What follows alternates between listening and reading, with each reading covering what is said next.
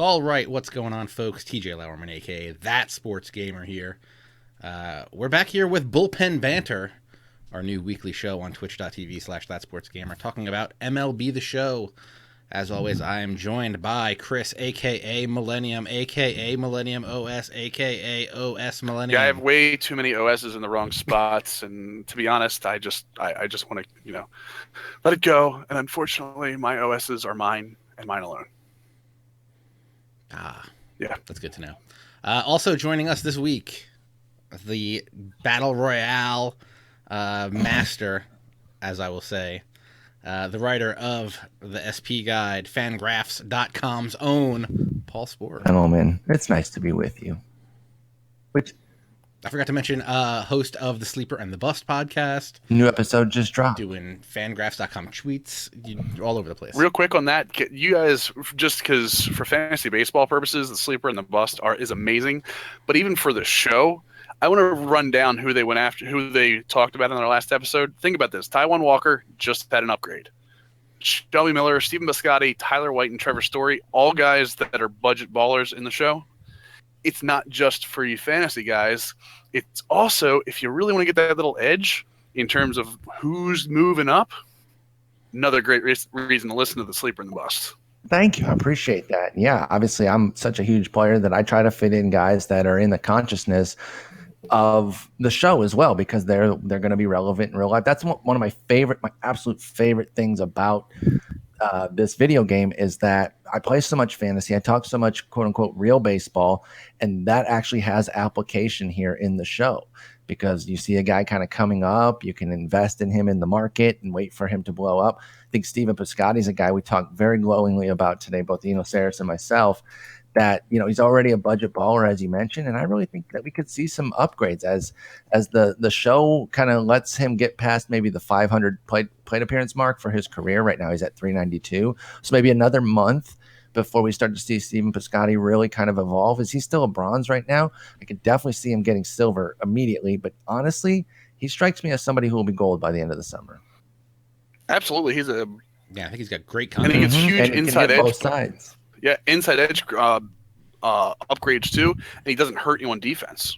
Exactly. And you can play him in a couple, first base is not a place where you're like, oh God, I can finally get somebody there. But to have an outfielder who can shift to first base, I just like flexibility no matter what, because, you're playing a tight DD game and somebody gets hurt and you got to start shifting around. It's always nice. I hate the one position guys unless they're just so darn good that, kind of overcomes that. I'm not even sure, somebody like an Altuve, right? He's only second base, but he's so damn good that it doesn't matter. But anybody else, and particularly somebody like a bronze, which Piscotty still is at 77, you want him to be able to do some other things. And the fact that he can play outfield and first base is helpful.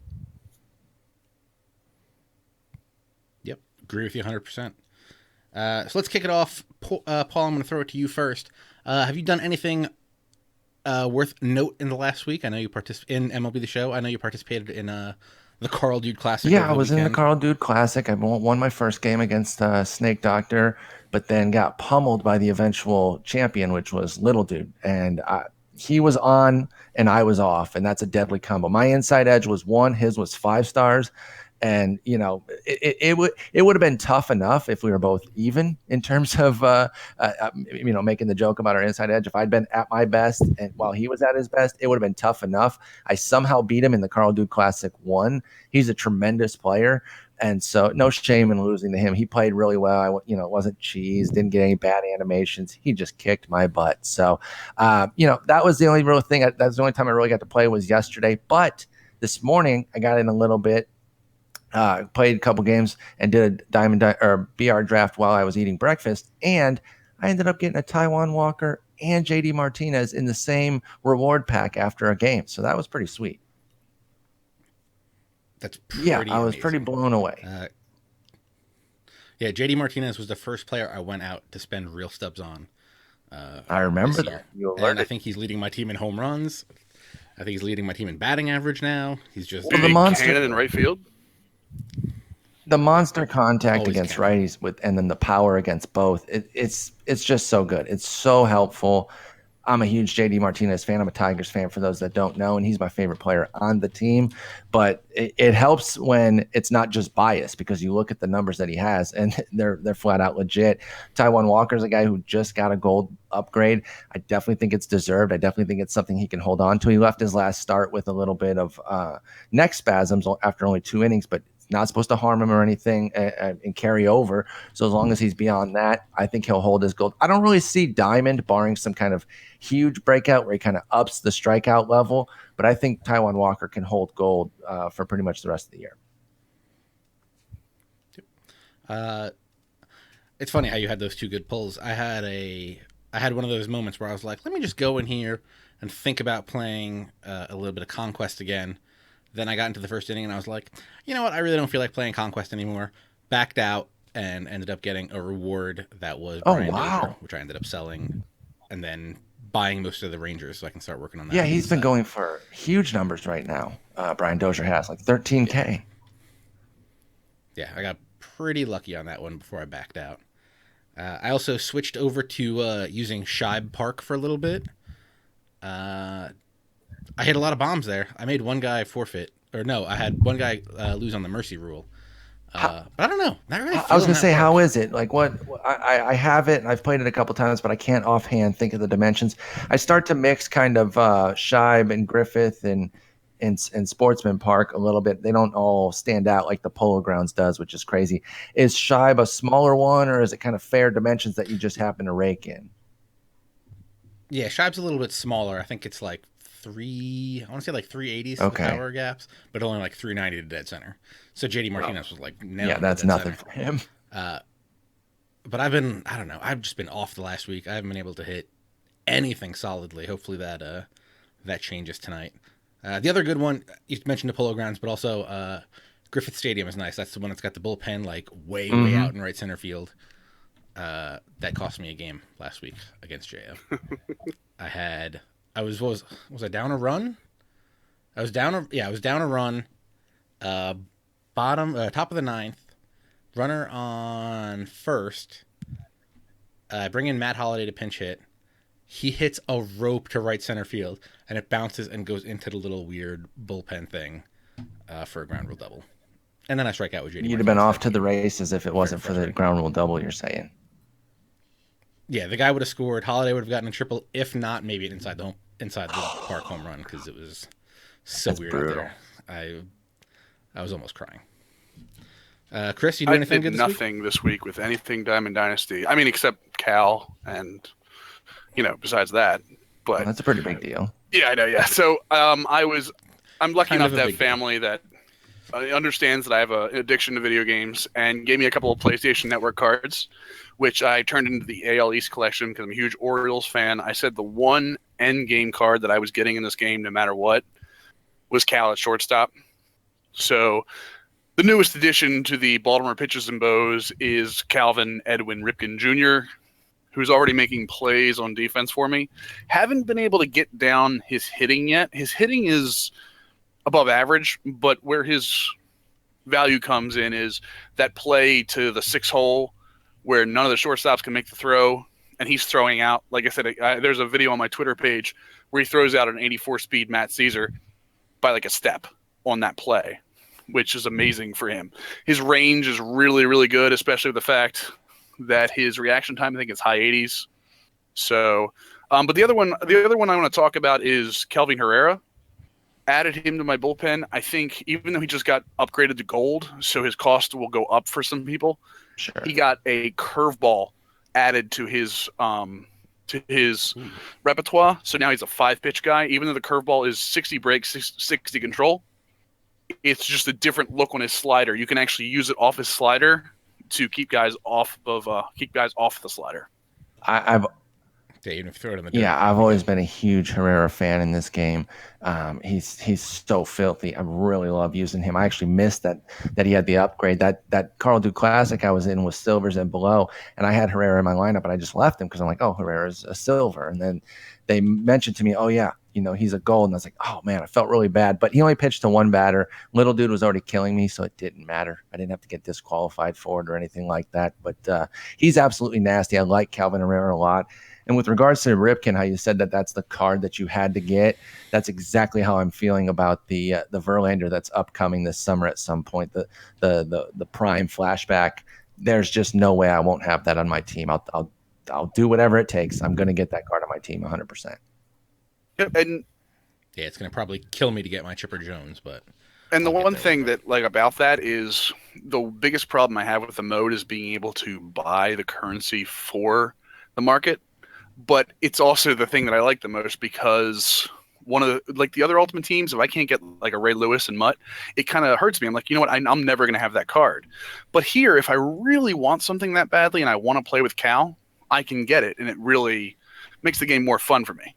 Yeah, and I like that. Listen, if you want to pay to play, that's fine because the best cards don't always guarantee the most success. And I understand that some people are out there buying several hundred packs at this point. That's fine if that's what they want to do.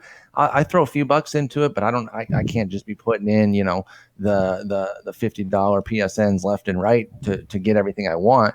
But I will work whatever it is, the grind plus a few bucks, whatever it takes. That night, I think it's a 96 Verlander or whatever, maybe even a 99, but it will be on my team. There's just no way around it. All right, guys. So let's talk about the recent roster update. Big change happened last week. Now roster updates are going to be happening Fridays instead of Mondays. So that's some pretty big news. Some of the big news is the top 3 moves were all diamond guys getting better. Jose Altuve goes from a 94 to a 96. Nolan Arenado goes from a 93 to a 96. And Manny Machado goes from a 94 to a 96. That's a lot of diamonds on the infield. All heavily merited too, right? All 3 of those guys already superstars, playing like superstars. Altuve's power, not necessarily coming out of nowhere. He hit 15 bombs last year. Obviously, he's on a much higher pace this year, but he gave a little bit of an inkling that there was going to be a power, potentially a power burst. I could have seen him going back down. There were some projections that said, well, this 15 out of nowhere, he doubled his home run total. He's going to come back down. But you really see power kind of develop late career or later in your career anyway, like mid to late 20s. So it wasn't that shocking. I know the size makes people think, well, how does he hit home runs? But it's not about size. I mean, look at what Dustin Pedroia did. I think he's got a couple of 20 homer seasons under his belt as well. It's really about swing and leverage. It's not always just hulking size. That definitely helps. We talked about JD Martinez earlier. He's a big dude. Giancarlo Stanton is a monster. But sometimes it's just having a clean swing and knowing what the heck you're doing up there. And few guys understand the plate, how to swing, and what they're doing up with the bat than Jose Altuve. Yeah, and another 4-point upgrade goes to Ryan Braun, taking him from an 86 to a 90. A lot of trade chatter now for Ryan Braun in real life. So in theory, you probably want to get him now. So if he goes to another good team, like who are they saying? I've heard like Yankees and those are the 2 obvious ones because they could both afford something like that. I don't know that I see the Yankees fit so much. I know that they just had A-Rod go down with injury, and they have a lot of old guys. But outfield isn't necessarily their need. If they're going to go out and make a big move like that, because you're going to have to pay some too, right? He's got 20 mil for each of the next 3 years, including this year, and then 19, 17, and then a 15 mil either mutual option in 2021 or a $4 million buyout. So that's a heck of a lot of money. I'm sure Milwaukee will send some to get a better prospect or prospect package, but they're not paying all of that. So the Cubs actually kind of fits crazily enough. It would just be so insane. I don't know if it gets done. I don't know if you want to trade him into a division rival, but Jorge Soler is not playing well. He's clearly not ready for any sort of bust out. They're not going to replace Jason Hayward. I heard people saying that too. Get real. He's not performing well, but I think Jason Hayward's kind of nicked. He might just need a DL stint. But if you go Hayward, healthy Hayward, Fowler, and Braun in the outfield, that's stupid. That's stupid good. And they can afford to pay it because they're paying a lot of low dollar prices right here. Hayward and Lester are their big money guys that they've gotten recently. But all these young guys, they don't cost a ton of money to pay Russell, to pay Bryant, to pay even Soler. Even Arrieta, I think he's got an extension, but I don't think he's making huge money. He doesn't. He's at 10 mil right now, and that's not that much for what they're getting out of him. So they could afford to do something like that, even taking on the money. And it could be a situation where they just tell Milwaukee, hey, we'll take all of it. You don't have to send $1. but all you're going to get is this one B-level prospect, and that's it. So it'll be interesting to see if Braun is traded. I definitely think he's more likely to be traded than Jonathan Lucroy, because I just don't think we see catchers traded in season all that often, or primary catchers, I should say, because you got to learn so much that I honestly think he stays put and gets traded in the offseason, but we'll see. And CD Drake in the chat says he bought Tulo 2 days before he got downgraded. That's one of those. That's why you got to be listening to the Sleeper and the Bust. This is why you got to be on Baseball Reference before you're making pickups. Because I think Tulo was hitting what, $1.60. He has not been hitting well so far this season. So yeah, you had to know that. I think he had 90 something contact was his base. So you had to see that was coming down. That's why you gotta be paying attention all the time. Any other big moves that we like? The two that I want to talk about is Marte and Bogaerts, actually. We were talking about defense in terms of shortstop, and I know, obviously, I talk about the defense in Diamond Dynasty a ton. Bogaerts has the defense to play shortstop for you, and in this update, his contact and power weren't updated, but his vision went up from 65 to 75, which is huge in terms of maybe slotting him into the 2-hole for you. Speed went up from 54 to 60, and his steal rating, which again is something that's underrated in terms of moving guys around the bases, went from 16 all the way up to a 50, which now allows you to use him in the auto steal with the tap of L2. Anything over 50 you'll lose a lot of those bad jumps. The other one about Marte to be careful about is, even though he went up 2 points and is an amazing left fielder if you've got 10K on you due to his speed and arm, his contact versus lefties went down from an elite 89 down to a 75, but his contact versus righties went from 74 to 82. So now he's more balanced in terms of contact, and he got a little bump in power versus righties too. Yeah, yes, they might have overreacted to his early start against lefties. Only 22 plate appearances for Marte, and he's really not hitting lefties yet. But it's 22 plate appearances. That's really nothing. That's over 13 games as well. So you're talking not even 2 per game. They could come to regret that one. Although, actually, I looked at it now. I didn't realize he was also at 246 last year. So after his first 3 years in the majors where Marte absolutely eviscerated lefties, he has calmed down both last year and this year. So I actually take that back, because I thought he did better last year, and I had that wrong. But that's why you check the numbers like TJ said. Baseball Reference is your best friend, folks. Yep. And that 92 speed, 93 steal on Marte plays extremely well. He's almost like a lot of people like the Crawford and the Tampa Bay collection. Marte is a perfect fit for that if you don't have the Crawford. And that defense out there with that speed, you can chase down a lot of stuff with Starling Marte. Really interesting card. Yep. Yeah, I loved his card last year. Just waiting for it to go gold for a long time, and now the time's finally come for him. Who else got bumps? Will Myers got a little bit. Nick Castellanos got his bump into the silver realm. Hit another home run tonight. It's still going to be a while till gold, because he's only 78, and this is his first real big run of major success.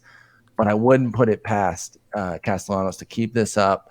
He's just been such a better hitter this year, really picking the pitches that he wants to drive and do damage with. Still only 24 years old, so I think, already a budget baller, and not too much has changed. Even with the boost, you can still afford him.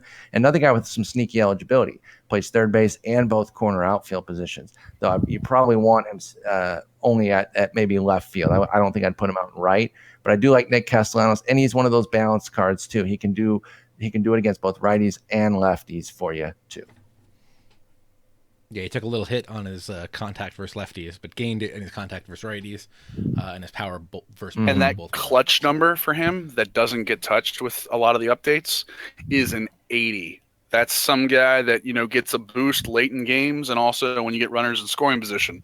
So, and you got to have that, especially in those.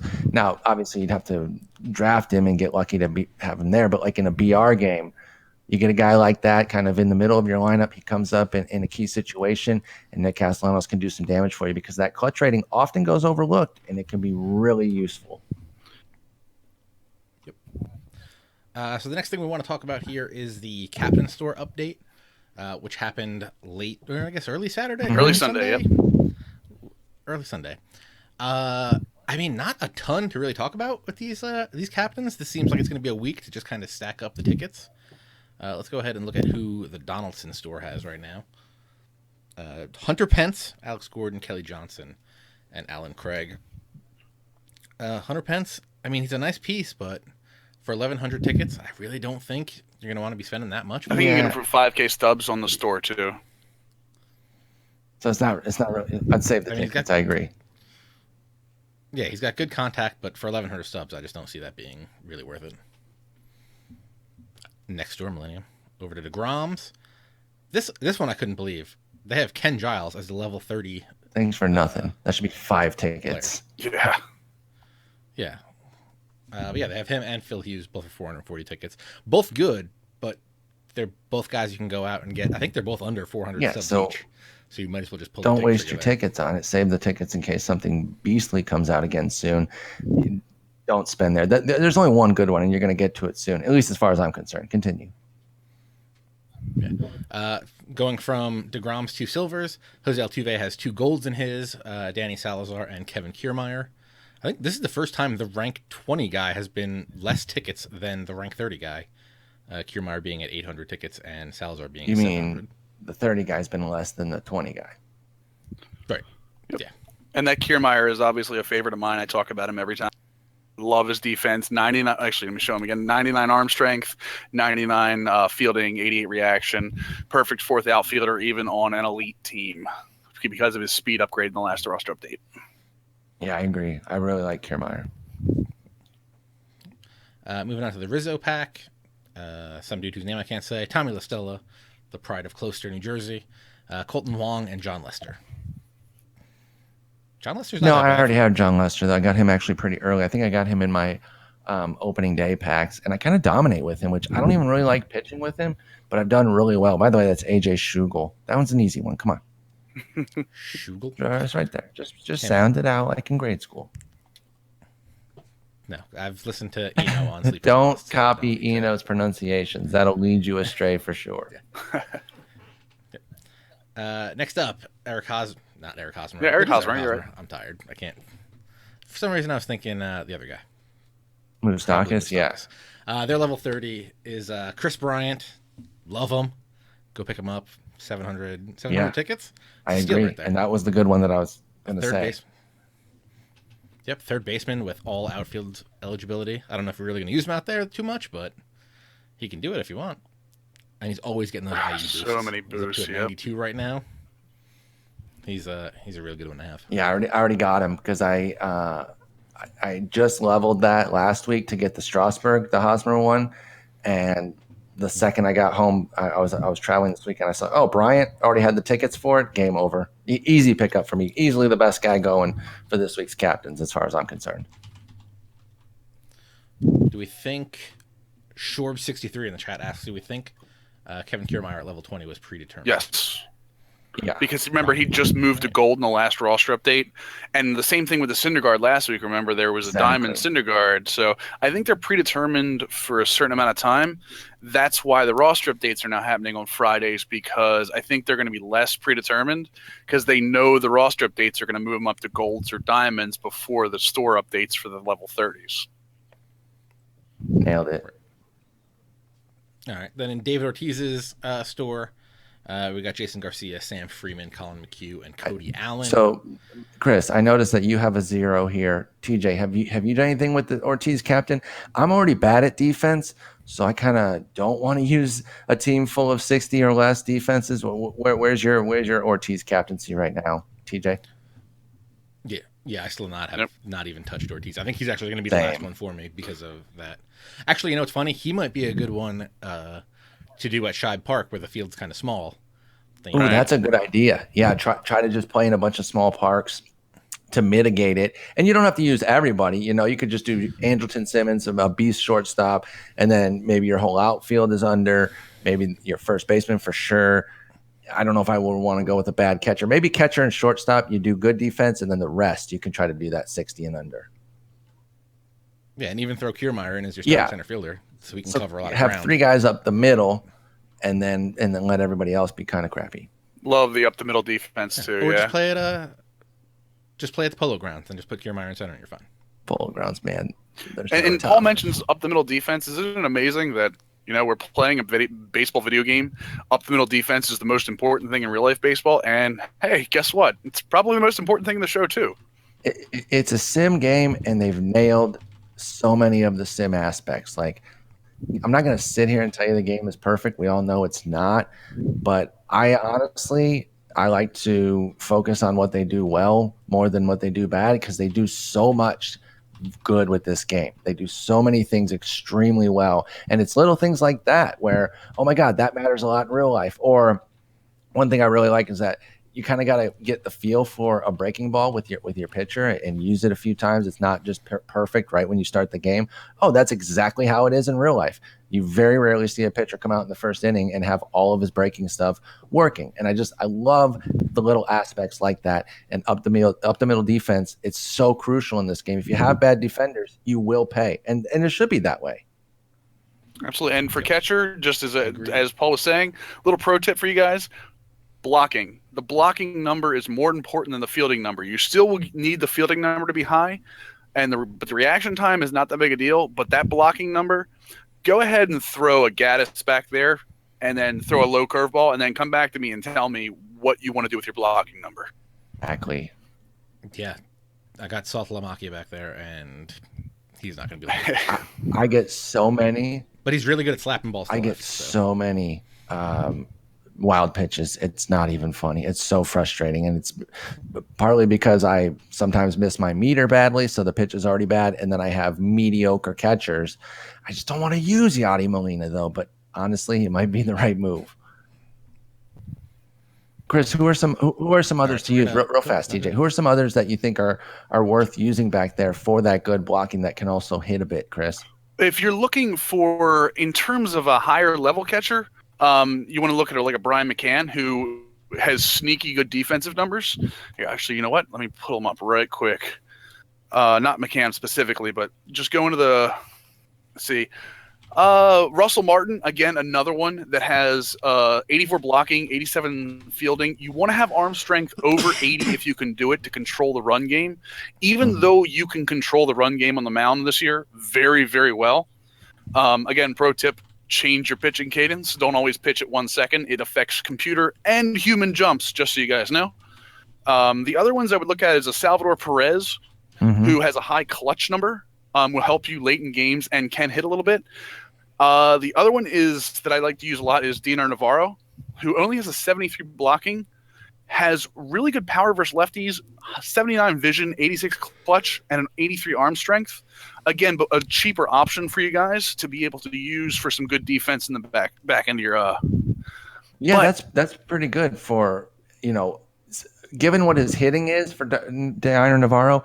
That's pretty useful catching compared to some of those other guys in his same tier, like a Derek Norris, Devin Mesoraco, Jan Gomes. I like what Navarro can do hitting wise. I actually didn't realize that his catching numbers were passable. Right. And the last one that I'll talk about, and I know TJ's going to have one soon, is Jonathan LaCroix, who actually has gotten a bump recently, a little higher in terms of what he's going for. I got him for about 500. He'll drop back down with his inside edge, which he gets all the time. But he's high contact, high vision, 85 fielding, 72 blocking, 78 arm strength. Passable, not the guy you want 7th, 8th, 9th inning, but hitting-wise, with the 85 fielding, will help you out whole game. And if you, I was going to say, if you don't have an elite first baseman, maybe in those late inning games, you throw LaCroix to first base so you can still keep the bat in there, and then put in your defensive catcher. Yep. No, you put Sean Doolittle at first base because he's got that. So awesome, right. By the way. I love that they did that. Yep. I've actually been using Russell Martin a lot. Actually, he's been having sneaky power for me. But also I've been using Devin Mesoraco as his backup. Not the greatest of numbers, but he's serviceable back there if you're looking for someone just to get the job done. But he's got some good contact and power numbers as well. And I think he gets some IE boosts most of the time because that's the only way he's making it on my team. All right. So, Paul Sporer, the reason you are here, you are a Battle Royale monster Have you even played a head-to-head game Yes, this year? I've played a good handful actually. I'm sitting at a 1633 and building up. I'm getting there. I'm getting there. I'm Nice. working on it. But no, I play a lot of BR because I find it translates best on streams. That's just my your mileage may vary there, but I really enjoy it, and I didn't know if I would. I watched all the streams that they had in February and March getting ready for the game, and they're talking about this 3 inning mode, and I'm like, I don't know if I'm going to like that much. And it turned out I loved it, and it's the draft. I absolutely love drafting. I didn't play Madden last year, but I saw the Draft Champions things on certain streams and YouTube channels that I watched. And I was like, oh man, I wish the show had something like that. And then boom, they did. So I've loved the mode. I really have. Yeah, so we have Chris here is going to do a draft, and as we go through it, we'll just kind of talk draft strategy and stuff. I know we've been seeing some weird stuff. I saw today a guy had his pitcher hitting the 6th spot. I've done that. We've all seen the go with bronze starting pitcher, go all bronze starting pitchers, which is another viable option. Let's just kind of see. We'll kind of see where it goes with this draft. Let me go ahead and start this, and we'll talk out all the choices. Obviously, 1,500 stubs down the hole. Okay, so my first round here, you'll see I have the 95 Gwyn that you get for the feed mission. The 97 2011 Matt Kemp, great hitting, decent fielding. Oh, I already know who I'm picking. The 99 Mike Schmidt, who has amazing power numbers, 95, 97 against righties and lefties, high clutch, and just above 90s fielding and everything. And then the Diamond Arrieta, the recently Diamond Jake Arrieta, who obviously we all know is having an amazing year and can die in a fiery plane crash if he really wants to, because he's not doing that with the Orioles. It's not his fault they can't develop pitchers. It was Rick Adair's fault, and he is well off of the team now, so I'm very happy about that. The Cubs should trade for Dylan. Right? And maybe even Kevin Gausman. He's not quite a bust yet, but they don't develop pitching. So just get Kevin Gausman up to the Cubs. That'd be great. Yeah. Now, for me, I can't take an Arrieta there. And the reason, TJ mentioned the all bronze pitching staff. One of the reasons is if you use your diamond and gold rounds on it, you got to get a 1 in 5 chance of even getting it. You could honestly get through upwards of 10 games if you get unlucky and not even use that ace. So honestly, he's not even a consideration for me at that point. Sometimes in the diamond round, I'll entertain a reliever. I know that Joe Nathan and the Jonathan Grapplebond pop up there from time to time, and I'll consider them. But for me, it's 99% hitter, and then I just kind of vary between the options that are available. Stocker's usually an auto pick, but then from there, I like to just kind of see how I'm feeling, and if it's a guy that I haven't used, like I haven't used that Gwyn or that Schmidt, so I'd be choosing between those two. Yeah, I've actually used that Kemp, and I've really liked him. I don't like the Schmidt only has, I think it's like 59 contact. And that was his flaw last year too, right? Mm-hmm. Yep, absolutely. Yeah, but huge power. So if you make contact, you're going to be getting it pretty far. And I love the defense on the Schmidt. I will say I really like the Gwyn, highest contact in the game, 99, 98. Enough power to go out with it. 99 vision, so whoever I'm playing against is going to give me a 15 pitch at bat. Obviously, we did a little testing. The vision rating has nothing to do with your PCI. It actually controls the area around your PCI when you get foul balls, and it goes up against the K per 9 for the pitcher. So I really like guys that can, eventually even a human player is going to make a mistake. So if I can keep fouling balls off, and he's got the pretty good fielding in terms of, pretty good. Elite fielding, 93 speed, 93 fielding, 92 arm strength, 86 speed. I mean, for me, it's the Gwyn.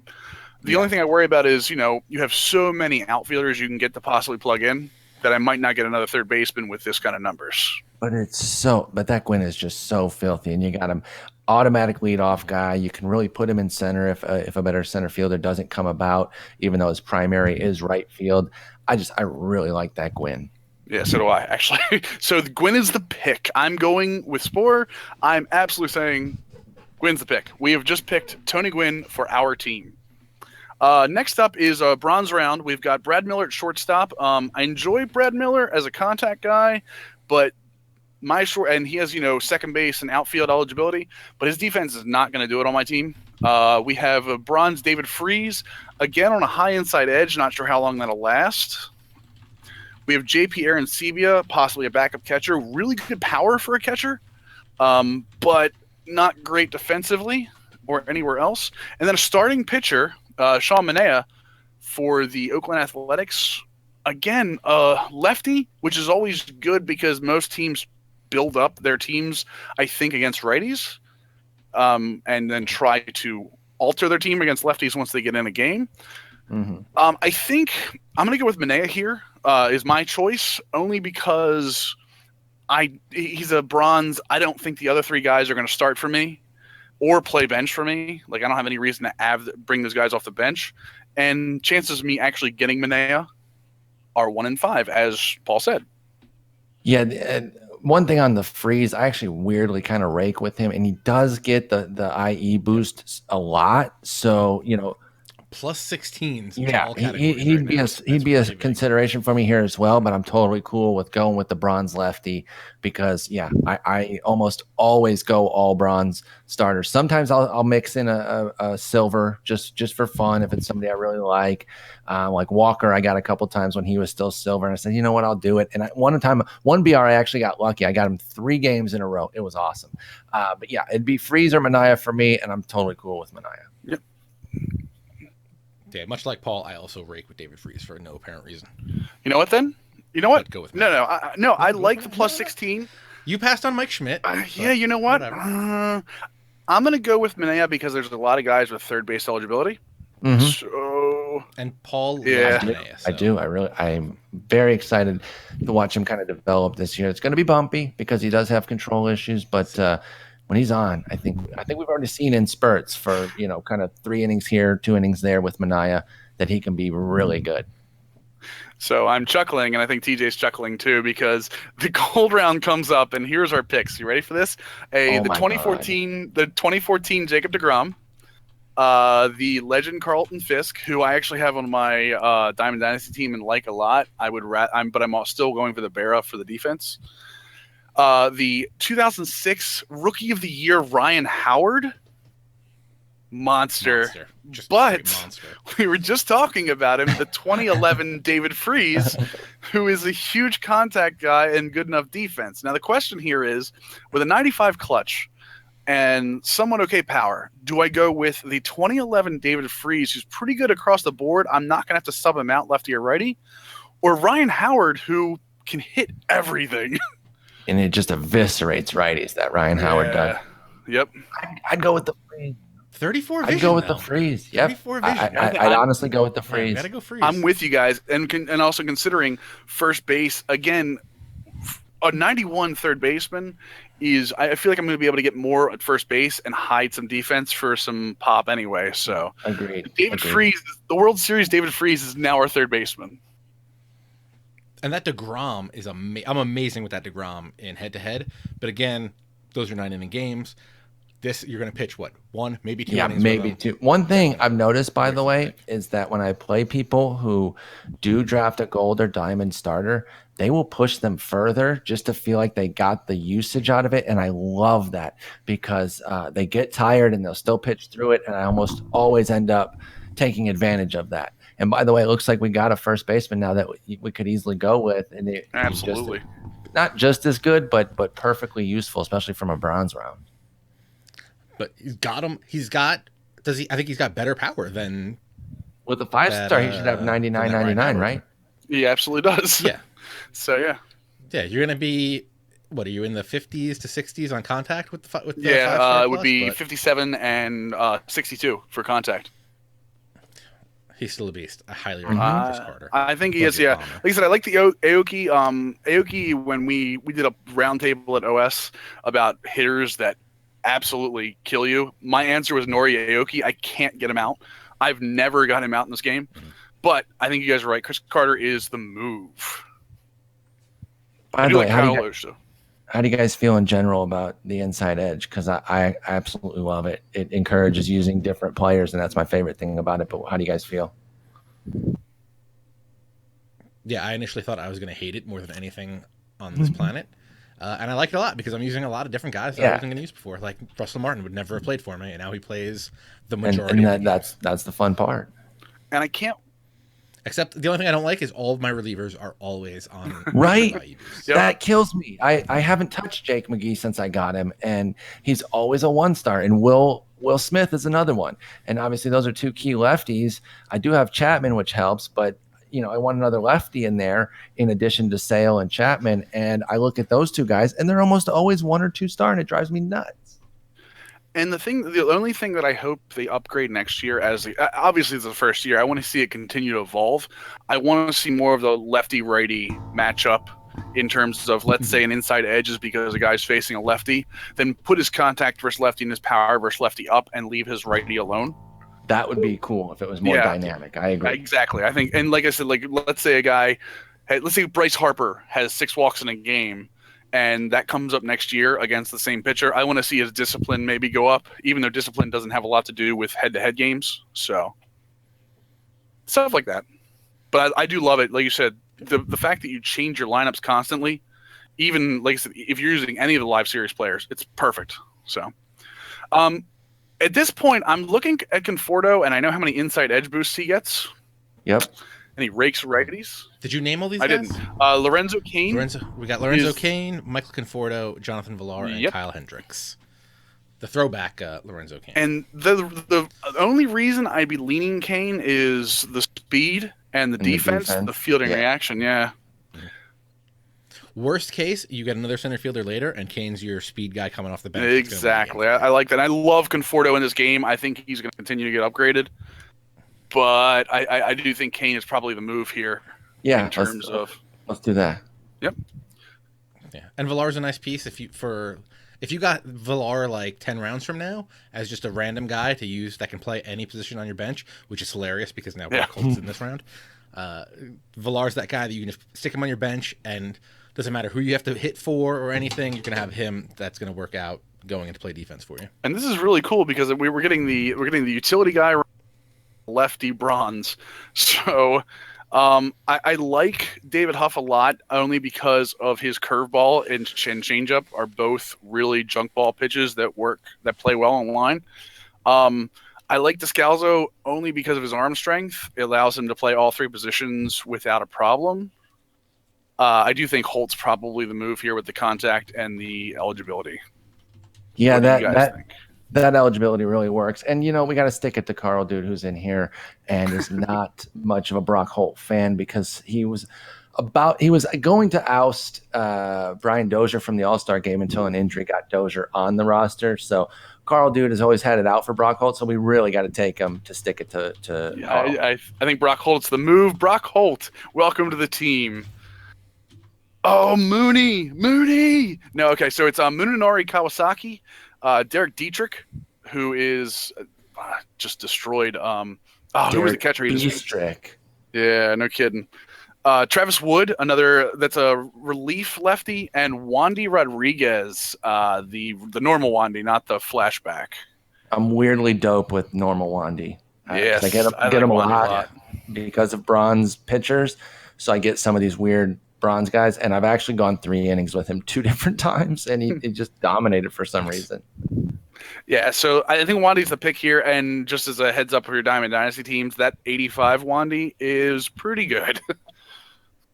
Yeah, and I think doing that set for him is strange cheap as well. Let me, I'll look that up while you're doing Go right ahead. this. Unless you want to do that bunchies, then you could have gone with the other guy. All right, so all right, here we go with this is going to be an interesting choice for me. So we have the 89 Aaron Hill, that is the Toronto 40-man collection reward. I did some looking into him. Power-wise, he is the second biggest power threat at second base behind the Dan Uggla, the flashback Dan Uggla. Oh, wow. Yeah, he's a beast at the plate, 70 clutch.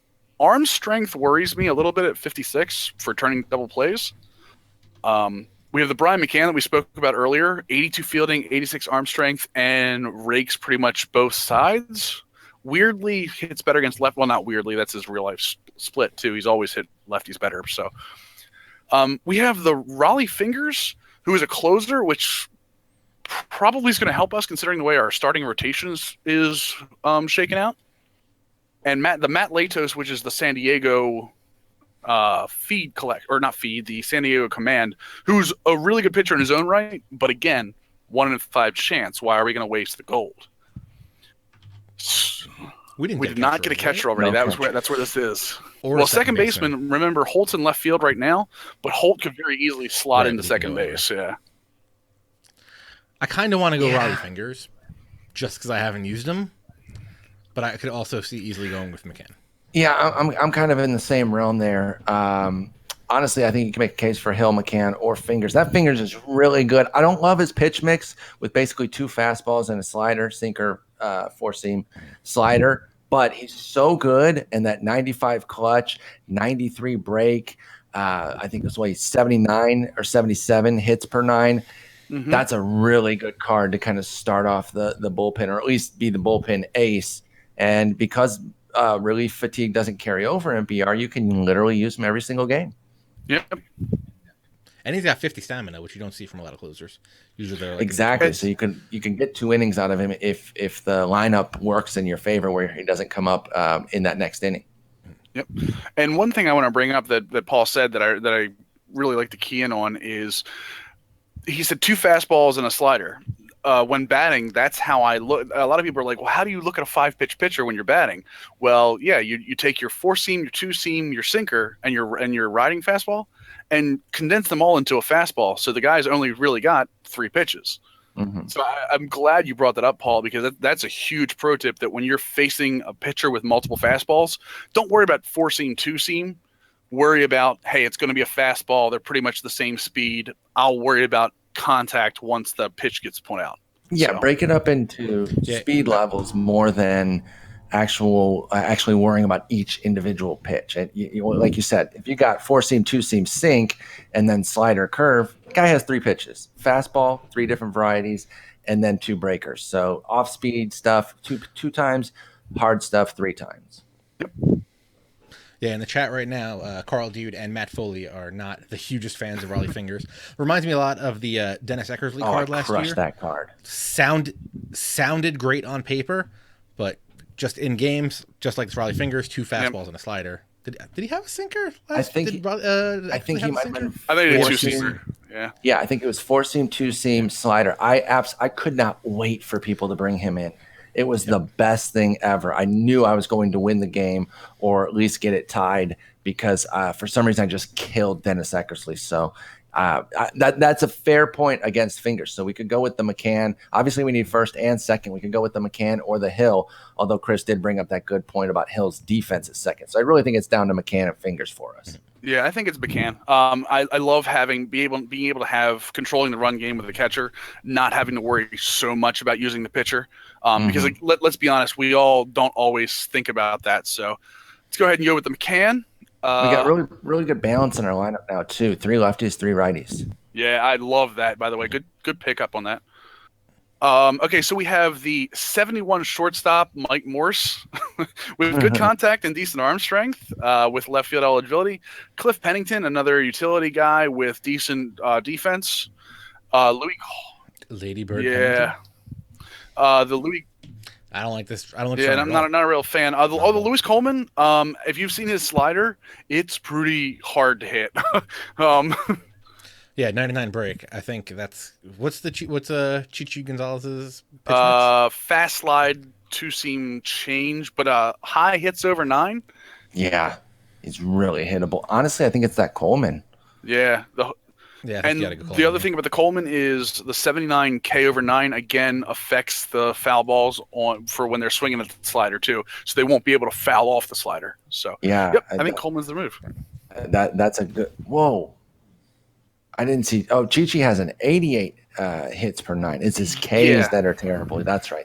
Exactly. Yeah, you're gonna get put into play by Chichi. Yes. So if you got weaker defense, that's another thing to consider. You know, you are building a team. You're not just getting everything that's the very best or whatever. You got to be smart. We do have good defense we could afford, but I think Coleman was the right play there. He's kind of a bronze beast, to be honest, with that 99 break and 77 K9. Yep. We're looking at Albus Diaz. I know I'm pronouncing that wrong. And there you go. And it's going to be a big thing because he's going to keep getting boosted, I think, too. He is absolutely raking, and it's insane what the Cardinals are able to do with their guys. The way they bring them up, and Eno and I talked about this today on the podcast.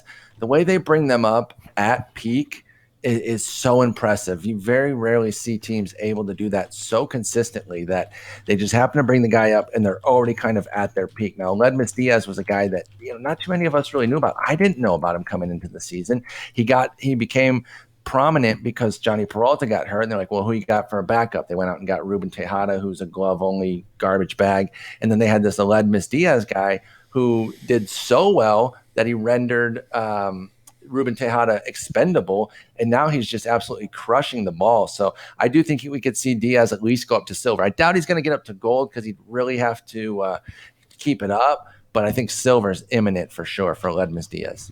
Yep. The other picks here are Johnny Giavotella, second base for the Angels. Good vision, good contact, not a whole lot else. Decent clutch, actually, too. Vizcaíno, the current closer for the Braves, who is sitting at a 99 velocity and an 80 Ks over 9. Huge fan. That's a pretty good one. And then this you got. It's funny. Go ahead.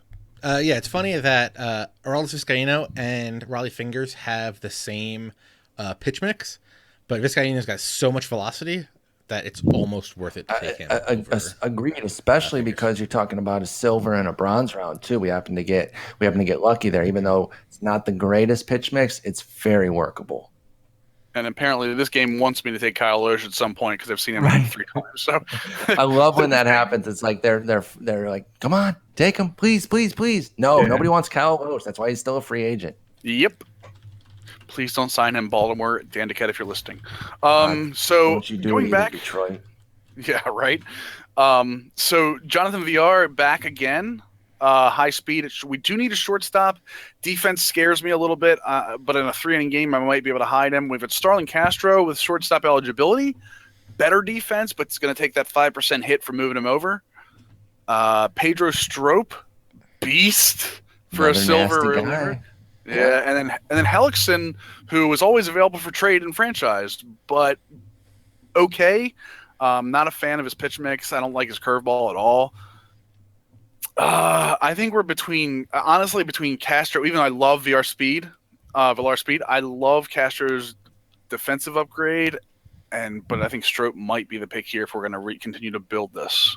Yeah, it's Castro or Strop for me. And honestly, I really like building a huge bullpen, and it goes in tandem with that bronze pitching staff that I think you really need to focus on it. And we still have, I think, 6 silver rounds after this, and I guarantee one of them will probably have a gold reliever at some point. So we'll get another beast. But this is just another solid guy, Strop is, to get into that bullpen, and that gives us 3 really useful guys: Coleman, Vizcaíno, and Strop. And we don't even have our relief ace just yet.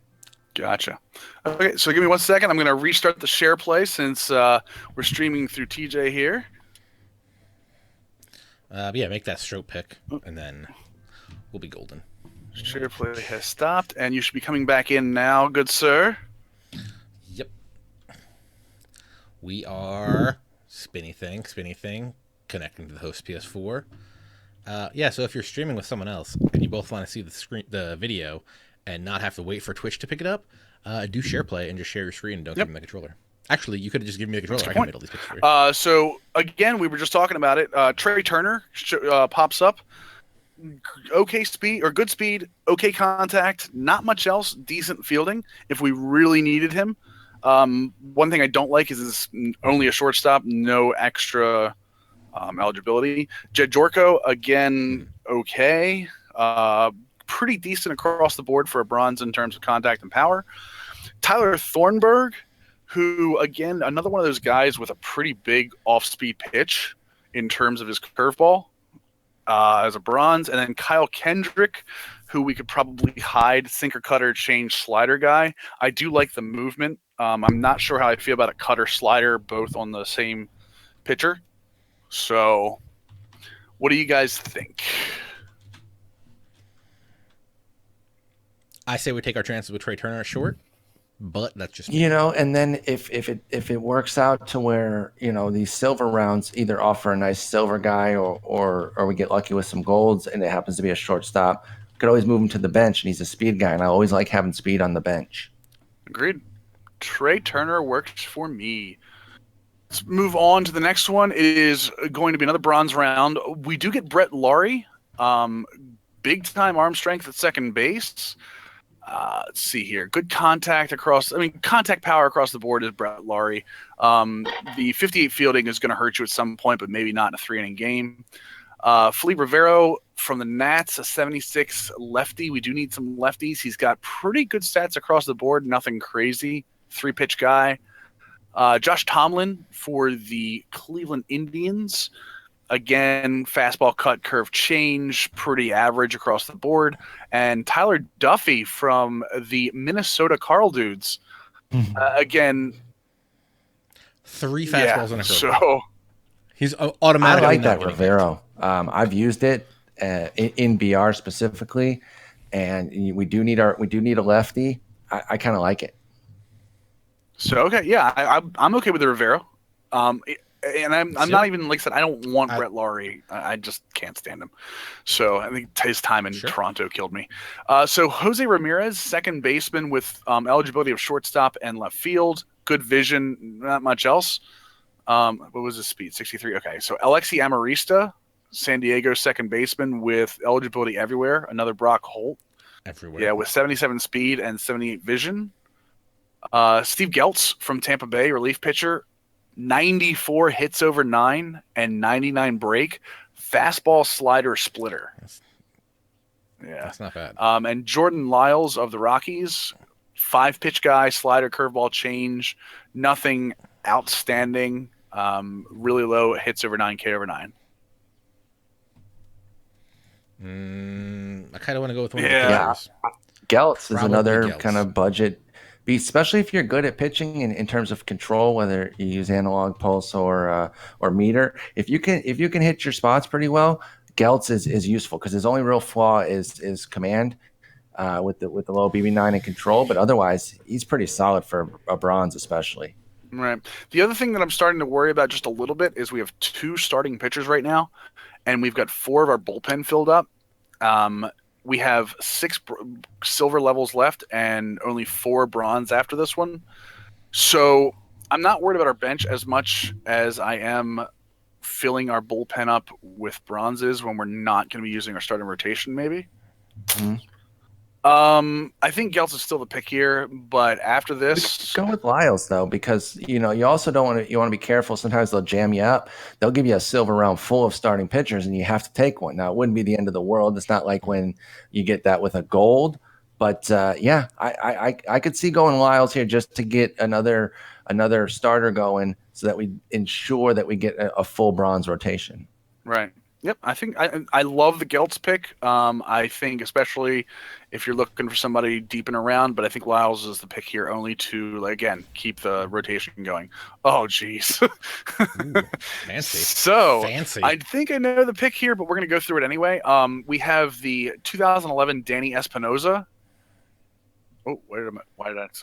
Another card looking at it. Danny Espinosa, who is good power, good against lefties. Terrible contact against righties. I don't like that card at all. Yeah. I'm rarely ever going to say this. And also, I love that Chris Sale card. I think Daniel Murphy. Murph's a beast, and we need the second baseman. I mean, I can hear it. That Sale's usually auto pick, and I'm sure the chat. Yeah, I already see Carl saying you got to do that. Little dude saying we need lefties. So I even like Volquez, but I think we got to go Daniel Murphy with this. I'm fine with it. I would go Sale. I'm a snap Sale guy, but also 5-star for Murphy. He just rakes. So yeah, I'm cool with it. I think we're gonna go with Murphy, and I'm with Carl, dude. Sale will never leave my bullpen in Diamond Dynasty, specifically because of his motion. But yeah, I think I think we're gonna go with Daniel Murphy here. Did you see what Carl mentioned there? I actually saw this in one of his games. He hit a 3-run homer with Chris Sale. That relief Chris Sale there, as he was down big time too, and he starts his comeback with a 3-run freaking homer from Chris Sale because Carl dude is the luckiest dude in the world. He just hits power swing all day long and gets lucky. Pitchers they really are. Part of it is that the way people pitch against pitchers too. They will throw meatballs because they don't expect damage, and so if you put good contact on it, you're going to get rewarded. A lot of times it's base hits, not necessarily 3-run bombs, but if you hit power swing all the time, like and you're a lucky bastard like Carl dude, then yeah, you get a 3-run homer every once in a while. So we got Adam Warren, relief pitcher, who has a good break on his slider and curve. Matt Cain, Ubaldo Jimenez, who I really want to homer pick, but I'm not going to because I think Joe Kelly might be the pick here due to his velocity, even though he's a 3 fastball guy. I do like the Cain, but I think I like the Joe Kelly a lot. What were Kane and Jimenez? Jimenez is a fastball, slider, splitter. Yeah, his 89 Colorado collection, which I will eventually one day get. Nolan Arenado, I'm coming for you one day. But it has a curveball involved in it and a higher speed. But Cain's is a 5-pitch guy with a 12-6. He's got the 12-6 in the slider. I kind of want to go that way, but I'm perfectly fine with Joe Kelly if that's how you want to. Speaking of that flashback Ubaldo, Carl, just as I was about to say that, he puts it in the chat. Yeah, Carl swears by that flashback Ubaldo. So if you're trying to build a collection, you're wondering where to go, you got to get that Arenado anyway. So that's an awesome card for your third base. So if you need a third baseman and you're looking for a dominant starter, flashback Ubaldo is a beast, at least according to Carl. Yep, Carl did back me up. The motion on his pitches is so sick with the velocity he gets. He's so filthy. Yeah. So we're going with Cain with this one. Again, I'm a huge Ubaldo fan, but I think we're going Cain with this one. Let's see what else we got here. Steve Cishek, Luke Hochevar, Patrick Corbin, and the Flash.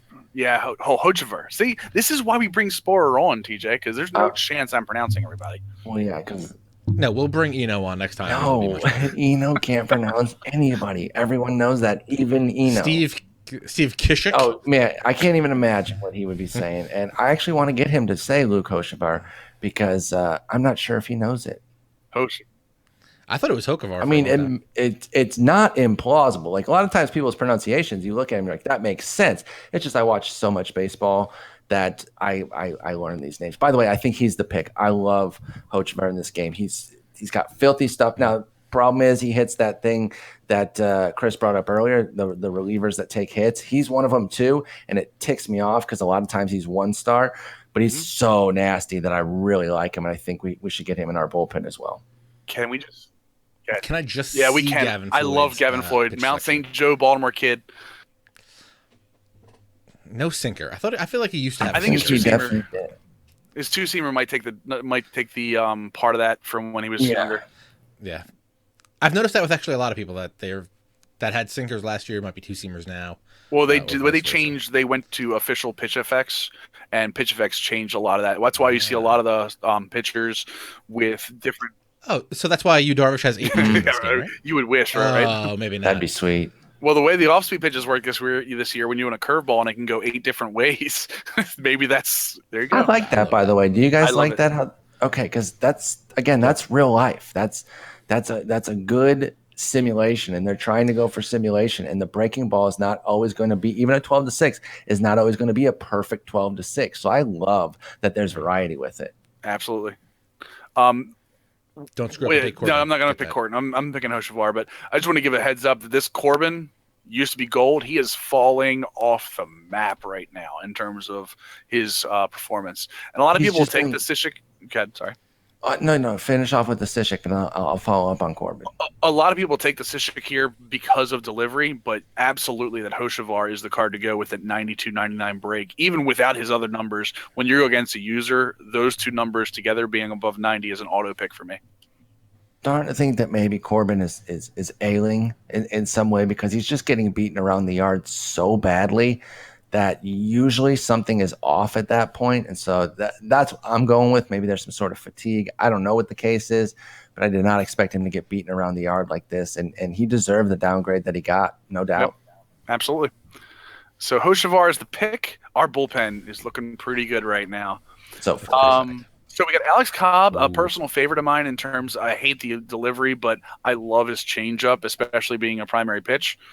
Colin McHugh, I think I don't want to talk for Paul. A favorite of yours, Paul, or do you like or not like? I do like Colin McHugh. I think he's one of those underrated guys. I did kind of buy in on him after that first season there because there were tangible changes behind his surge. Now, one thing that gets him in trouble is home runs, and anytime that you can look at Colin McHugh when he's struggling, you can usually isolate a handful of starts that will include a lot of home runs. He had that last year. He had a run, I want to say, late April to maybe early June, like a 10 almost 10 start run where he gave up a ton of home runs, but then from the rest of the season on, kept the ball in the yard and really took off. Same thing's happening earlier this year with Colin McHugh. He's allowing a few too many home runs. That you see the 62 HR per 9. Honestly, it could be lower and it would be viable.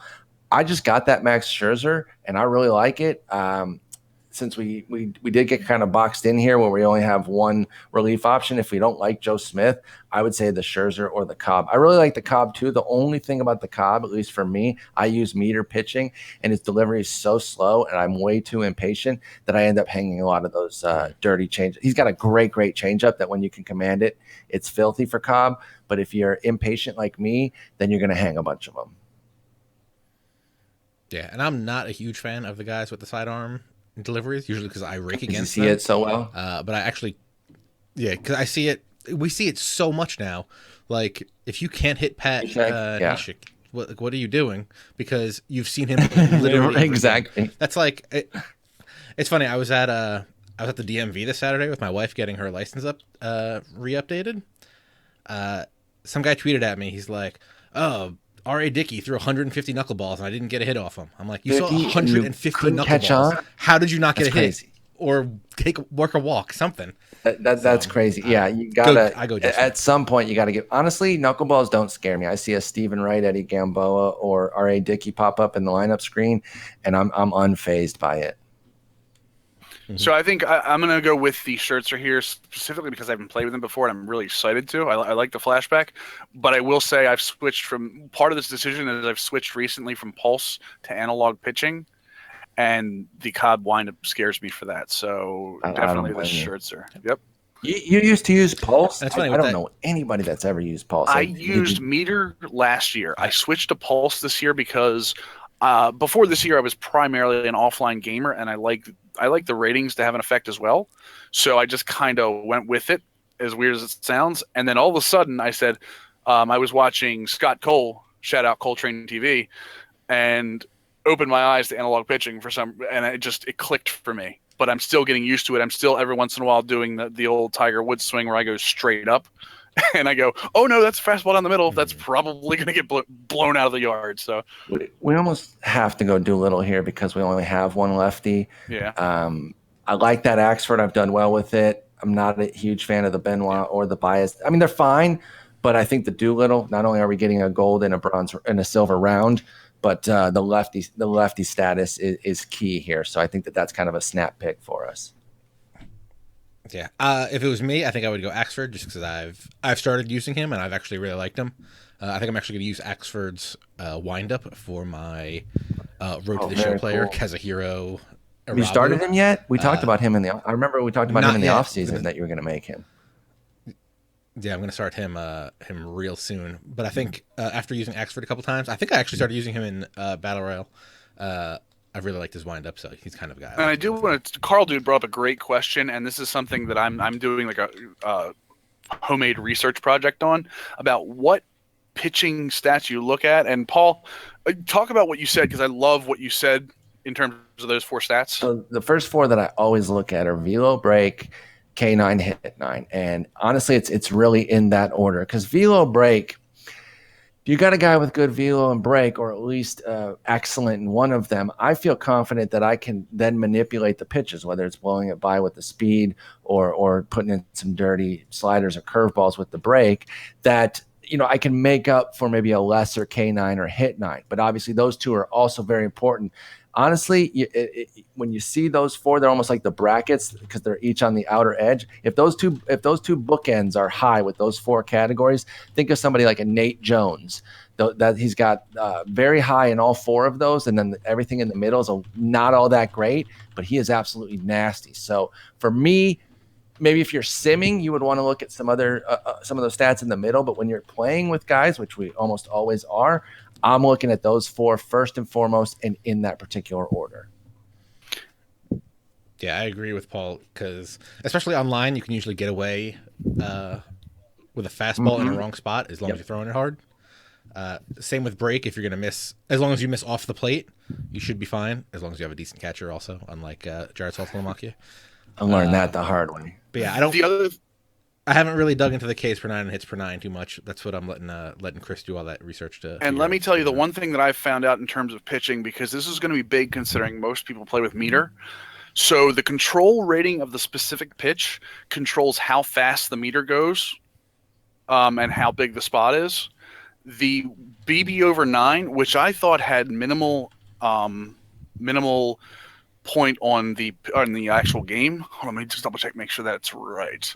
Okay, I take that back. BB over 9 controls the speed of your meter. Control of the pitch has nothing to do with the meter at all. It's if you hit your meter spot on, how far off it can be. The pitch will go. So, like, let's say you hit your meter spot on, the individual control of that pitch will decide whether it's going to hit the black or it's going to, stray from where you want it to go.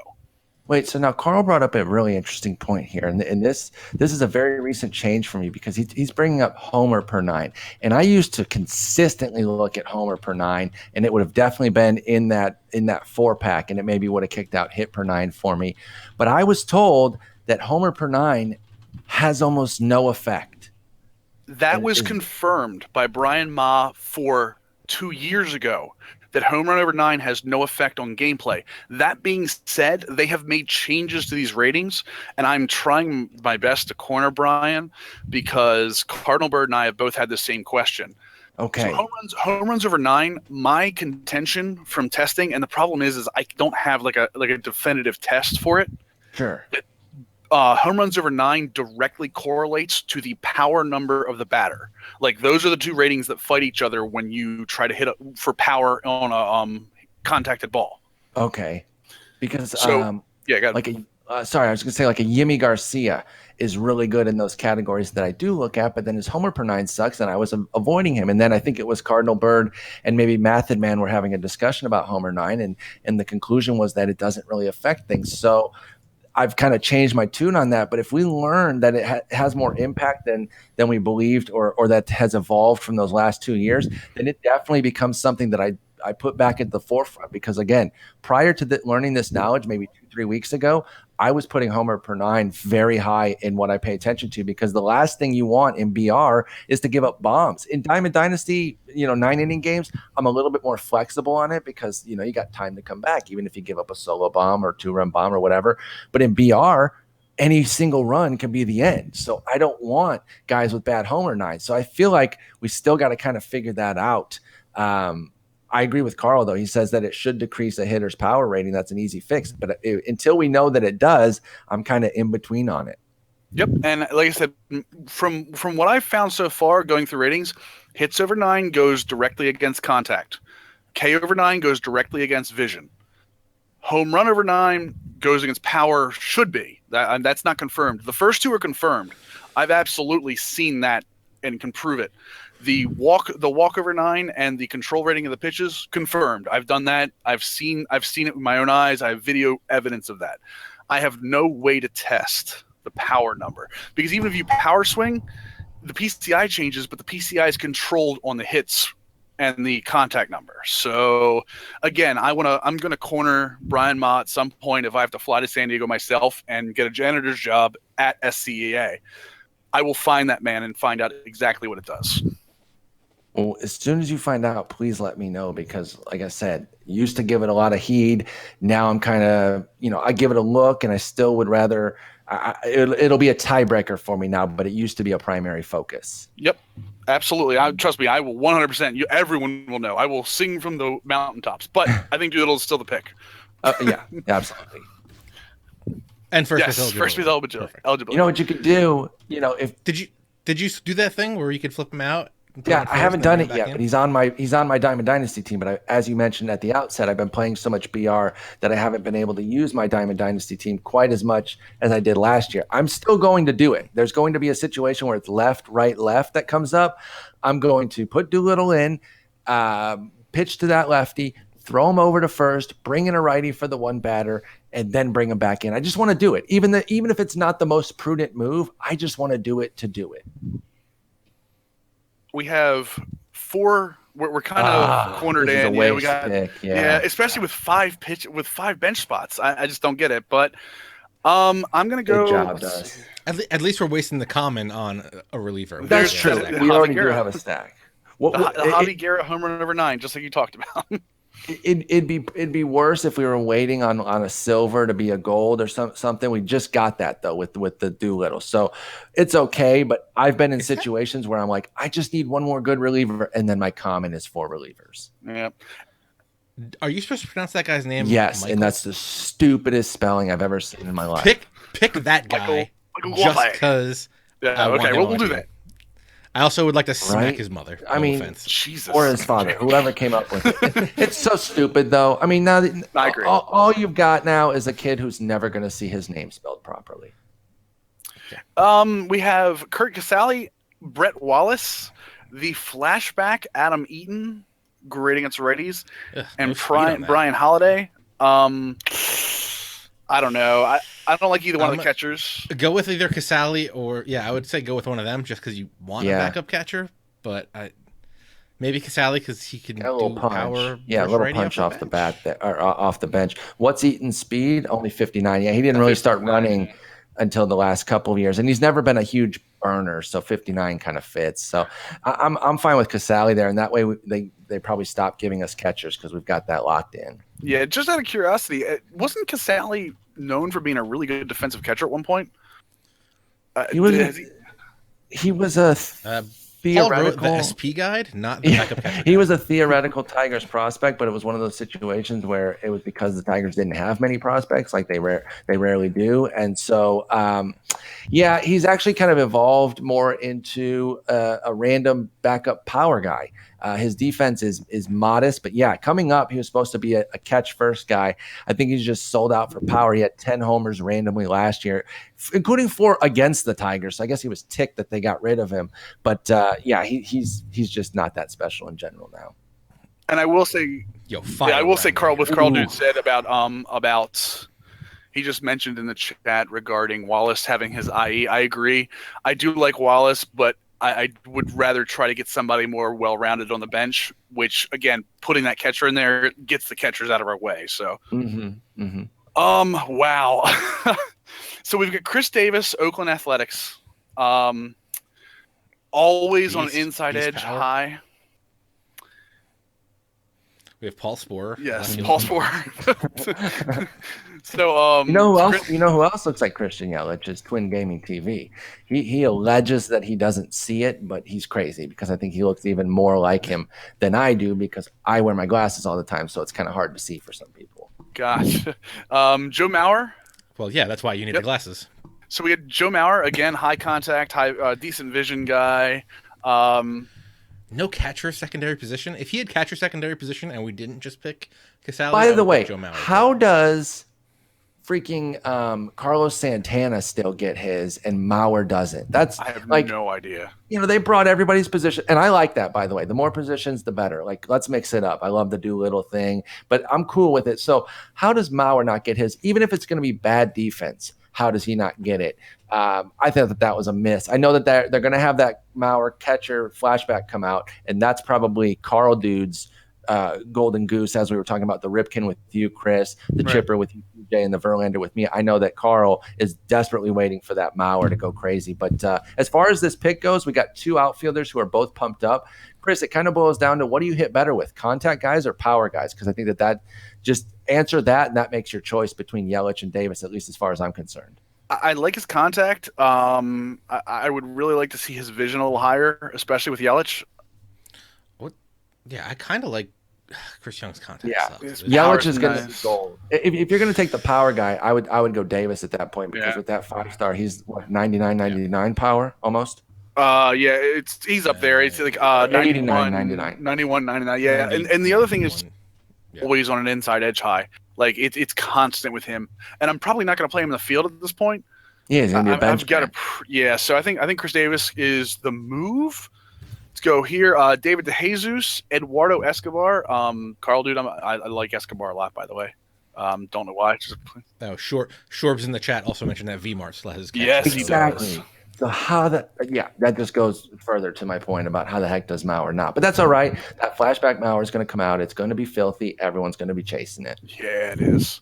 Because there aren't that many good catchers anyway.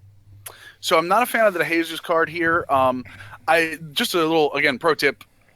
Mabin's reaction makes up for his 67 speed. Because the reaction gets you to your top speed faster. Adam Jones is another one of those that has a high reaction but like a medium speed, so that's why he gets to a lot of stuff in center field. I say Nunez for the flexibility.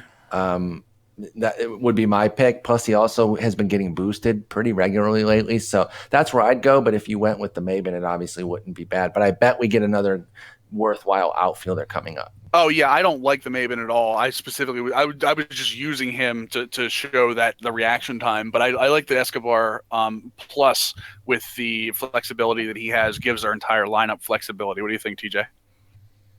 Yep, I like it. Do it. And let's see. Oh my God. So we have a couple different picks here. The David Wright, I'm not a fan of, but his contact versus lefties is amazing, and that's not going away. No, it's like always at 99 on a boost. Yep, and we've already got a 91 freeze, and that Wright has no other eligibility, and neither does the freeze. Mm-hmm. David Peralta, beast against righties, always has that inside edge boost. Matt Kemp has been going back and forth with the inside edge, but he's pretty even across the board hitting wise, and won't hurt you in the field. I'm not gonna lie, Alex Gordon has been a favorite player of mine for a long time. Let me just make sure we notice something. We still have Brock Holtz and we can put Chris Davis in there. I mean, you mentioned earlier that he's not going to be playing the field, but he can definitely play the field. But this Gordon is not an outfielder, so even though he has great defense, it's only at third and first. Right. So I think Peralta's here. He absolutely dominates righties. We could start him and then bring in Chris Davis when they go to a lefty reliever against us, because you know they're going to do that eventually. So start Peralta and then Chris Davis is the backup. I think that's the way to go. And then Holt and Escobar on our bench, being able to go anywhere we want them. I agree. And one last bronze here for the bench. Jordy Mercer, Pirates, again, mashes lefties. Wow. Jose Lopatone, decent backup catcher for the Nats. Scott Van Slyke, which we don't. Scott Van Slyke, really good hitter, has first base and outfield eligibility. Or Brandon Geyer, a favorite of mine because of his inside edge. Yeah. Plus 17. That happens a lot for him. Yes, and he kills lefties as well. That's what Geyer's mostly good at. But I like that boost. I'm cool with that. Again, we got tons of flexibility with our Holt and Escobar, so we can afford to take another outfield only guy. With Geyer, I think he's the way to go. I've been using him like crazy. Yep, I love what Paul just said. I love flexibility in my roster, especially in a 3-inning game where there's tons of subs going back and forth. We got Brock Holt that can go anywhere. Trey Turner can go anywhere. I think Chris Davis is going to, it's going to be Peralta starting with Chris Davis possibly going in against lefties. I think Escobar starts over Turner for us. Actually, let me double check that. Yeah, I think that's probably right. The only thing I worry about is the arm strength. The 79 arm strength is much better than the Escobar's 64. What's Holt's? Let's see Carl's here. not going to be happy if we start him, but that's 61 arm strength for Holt. Oh yeah, forget that garbage. Yeah. So I think Holt goes on the bench along with so Escobar starts over Trey Turner, and Holt goes in for David or Peralta, and I think that gives us both Holt and Escobar can move around if we need him to in a double switch. Geyer and Chris Davis, big bats off the bench. Geyer actually some decent speed for base stealing. And Turner's speed off the bench too. Yes, absolutely. 7.8 So, and Now, Casale just in case we need him. the next strategy piece here is to talk about lineup construction. And I think what people do is they get a little bit too focused on natural, I guess I'll say, for lack of a better word, natural lineup construction, like what you would do for a 9-inning game. I think it is different with Battle Royale.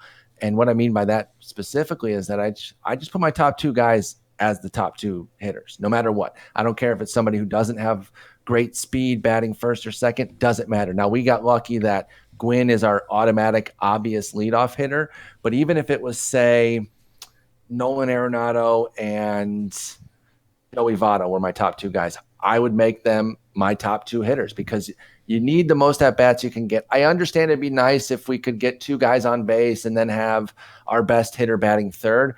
But in BR, I'm just putting the best guys at the top. So what I've got so far, and I agree with that because I also think that the clutch rating comes into effect a lot quicker in Battle Royale. Absolutely.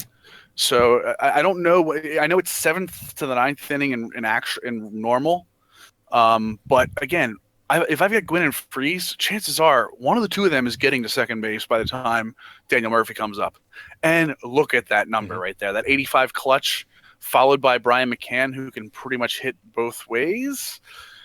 The only change I would make here is possibly switch between Carter and Peralta.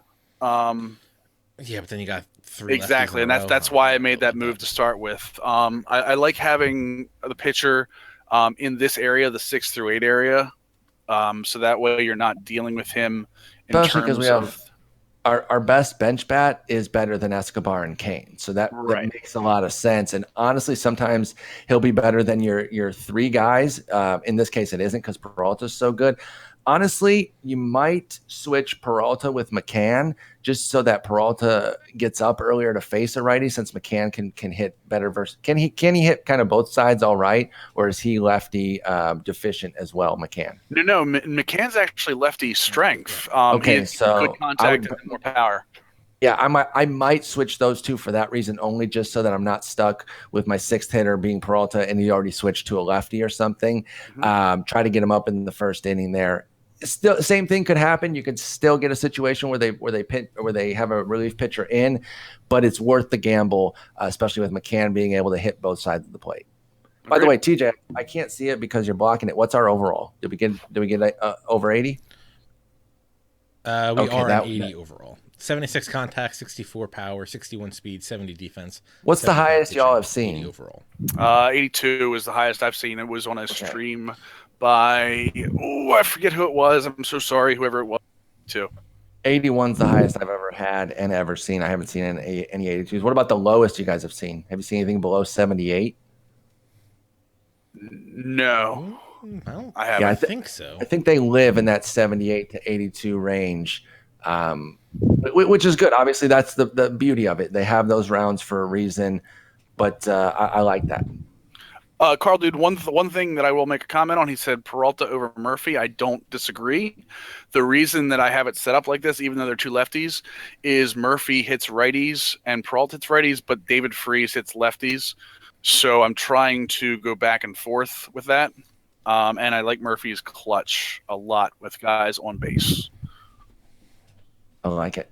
I can get behind that. Yep. And ideally, with these top 4, they should hopefully are all batting in that first inning anyway. So chances of a reliever coming in aren't that great because they just probably won't be warmed up in time anyway. Yep, agreed. Yep. Yeah, Carl, dude, we actually saw somebody having the pitcher hit 6 today that tweeted out, which, I mean, interesting. Yeah, and you're only going to pitch hit for the pitcher probably once unless you get into an extended game. So as Paul said, if you have a bench guy who's better than the other hitters, why not get him in for that pitcher? I was thinking if you're going to do this where you do the bronze starters, hit the pitcher first. Worst case, you lead off with a pinch hitter, and you have someone warming up from the jump. Best case, your pitcher pitches an inning. And what if you're the road team though, and you? But that's why you have all the bronze pitchers in your loaded bullpen. You just get rid of them no matter what. Okay, right off the bat. I'm fine with it because bronze starters are garbage anyway. So yeah, you're right. It could definitely work. Ideally, if you're home, it's best because then you do get the inning out of him, and then you're moving to that situation. But yeah, honestly, You have the right bench, it can work. If I go ahead and put the pitcher first and bring that Geyer in to hit with that boost, and the guy's like, "No, don't do this to me," and I'm like, "Yep, this is happening right now." So, TJ, do you want to go ahead and grab Paul and possibly? Whoa! No, because Paul's gonna try to do this one on the move. He's gonna walk down to the corner store and still try to do this, which is gonna be pretty awesome. So if you could end this host share problem, we can switch over. Can to you my guys screen. still hear me? And I guess I can. I can. Yeah. I can hear you. switched to the phone.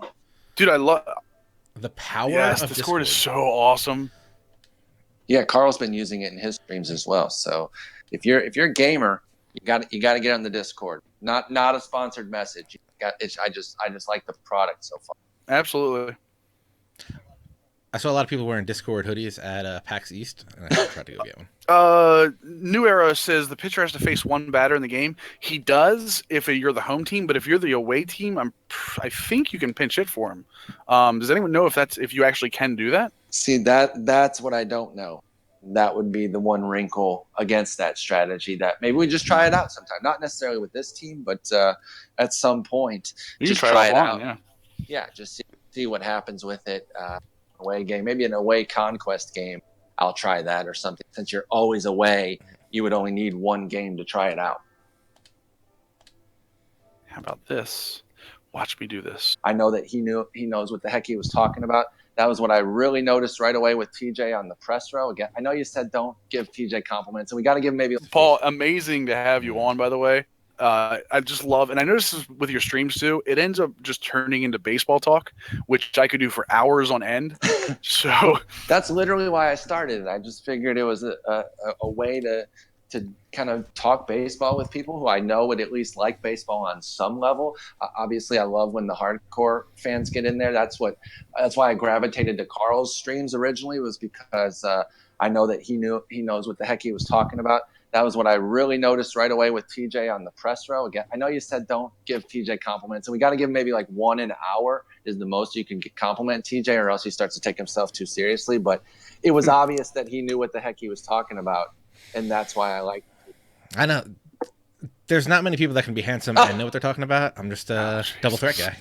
See what happens. No more compliments. That's the one for the hour. And just to pimp it again before TJ starts this, guys, follow Paul on Twitter at Sporer, Sporer, and also his podcast, The Sleeper and the Bust. Again, we mentioned some names that were talked about the podcast, Taiwan Walker, guys that were boosted in the show. So give yourself an extra advantage. Give yourself a couple extra really entertaining hours a week. Go get this guy. And what was the last one? Sorry, I was going to say. And hear say names wrong. We're usually talking about the players of the moment, whether positive or negative. And again, that translates to MLB The Show. We don't always I mean, I bring it up every once in a while towards the end of the show, talk about how I'm playing and all that. But even though we don't necessarily specifically say it, if you're listening to these guys and like, oh, this guy is surging, but it's not gonna last or something, then don't go out and invest in him. But if we're saying, okay, this guy's pretty good. Like today, we talked about Piscotty, and we both spoke favorably of him. Still a bronze beast right now, but I definitely think he's going silver. And by the end of the year, I really think he could go gold. Excuse me. So yeah, I appreciate the shout outs though. I really do. All right, let's get into this draft. Okay. Let's do this one quick and not take 45. I don't know. I feel like we don't have to talk through all four players of every round. First round, diamond round, we have the 97 Dustin Pedroia from 2008, Paul Goldschmidt, 96 overall, Paul's favorite relief pitcher, Jonathan Papelbon, the flashback, it's 95, and the 2007 CC Sabathia. Now, something we didn't really mention in the other draft, I like to use Battle Royale as, first off, I'm never calling it Battle Royale. Why? I like to use Battle Royale with cheese. If Battle it was Royale Royal, they wouldn't put the E, TJ. You can't just pronounce words however you want. That's not how language works. You, like you, Darvish. Why you? Oh, God. So, which is why I'm love all quality picks. Again, starting pitcher, probably not the way to go. I want to go with Goldschmidt. That's a card I kind of want to use in my regular head-to-head Diamond Dynasty. Papelbon, I mean, I still think it's too early to take a picture. Maybe you get a gold reliever later just to As come much as down, I can't stand him as a person, because he's a massive douchebag, he is really good. That diamond Papeldush is a good card. So if you are trying to go the overwhelming, smothering relief core, then it's not. It's about the only time you'll see me take a diamond pitcher is if it's him or that Joe Nathan that I mentioned earlier. Otherwise, it's So it's sick. hitter 95 to 99% of the time for me. Yeah, that Nathan is so sick. Yeah, so here I'm Yep. going Paul Goldschmidt. Round 2, Juan Uribe, Yadier Molina, AJ Ramos, and Aaron Nola. This is one of those where I might want to break the rule and go with Aaron Nola, even though he's a silver, to get that By start. the way, split. a guy who could be on his way to gold. Now it's still a trek because he's only a what right now, like a 78? Did you say? 81. Okay, 81. so he's finally passed the 80 threshold. He's working his way up. Lots to like out of what Aaron Nola did both last year and so far this year. So I would not be surprised if he worked his way up to gold. Now it's going to take a while longer, maybe another month. But if you want to invest, if you're one of those long-term buyers, get some Aaron Nola cards while they're cheap. Yep. I could even see going for Yadier Molina, just going full defense on catcher and getting my offense at other positions. I do like the Molina in terms of controlling the run game. I like the Ramos card. I just don't know. Again, I don't know.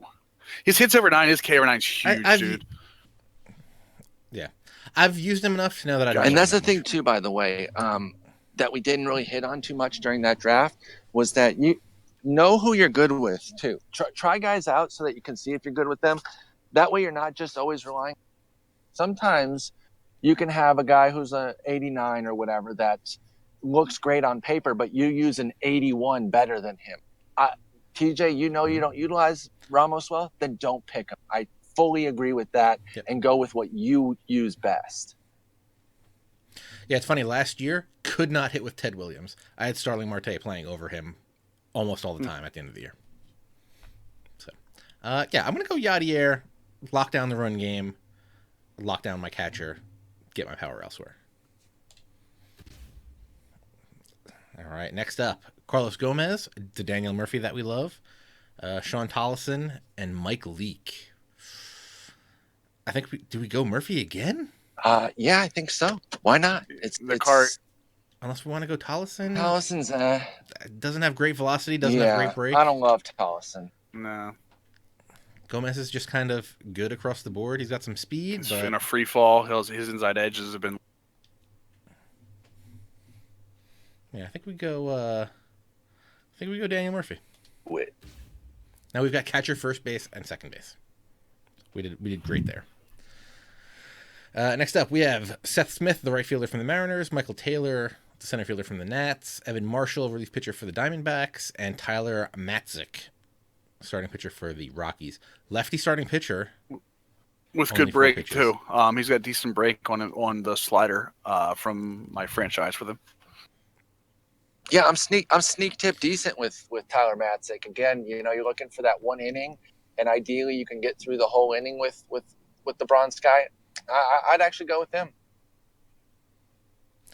New Era 760 in the chat says he's been drafting Diamond SPs and getting about 3 good gold starting pitchers and putting up big win totals. Yeah, New Era, it's a great strategy too. I like that because he said if you never take your starter out, you can use all your silver picks on hitters, so you build up that lineup and just worry about the starter. I do like that strategy. I will have to implement that at some point. I'm going to try that. I tried it once. I didn't do that well, and one time is not enough of a sample to say whether it works or not. I definitely want to try it again. So I'm encouraged to hear that somebody has had success with it. Kind of the chalk way to do it, the stock way that everyone's been this way that we've outlined initially with the bad starters, the beast bullpen, and the beast lineup. So just because that's the primary way doesn't mean it's the only way to win. That's another thing I really like about this BR format. There's multiple ways to skin this proverbial cat. So I took the Matzik next round. Ryan Braun, Ozzie Smith, Craig Kimbrell, and the flashback Jacob deGrom. Love flashback Jacob deGrom, as I said in the last draft. I I mean, if we were going for this whole gold diamond pitcher thing, I would get him. But I think I'm leaning towards By the Ryan way, Braun right now. Gets that solid bat. if you're going to do that Go method, ahead, Paul. you cannot half-ass it. You have to do it. You gotta be all because in, if you just do the one diamond and one gold, then it's still only 2 in 5 chance that you're even going to get those guys. So you want to get at least, I'd say, 4 on the gold diamond situation with the starters. That way you're having a really good chance to consistently get those beast starters. Just wanted to throw that in it before we move on from that. Oh, dude, that Kimbrel is so nice. I've been thinking about picking him up in his knuckle curve is pretty sick. I know it's only fastball knuckle curve, but his knuckle curve is almost impossible off his fastball. I'm still going Braun. I'm okay with that. But Kimbrel might be a future pick. For those of you, again, Team No Money, looking for a defensive shortstop with high vision, that Ozzie Smith, if you do the Cardinals feed, that Ozzie Smith is pretty much the second best defensive shortstop in the game behind Anderson Simmons.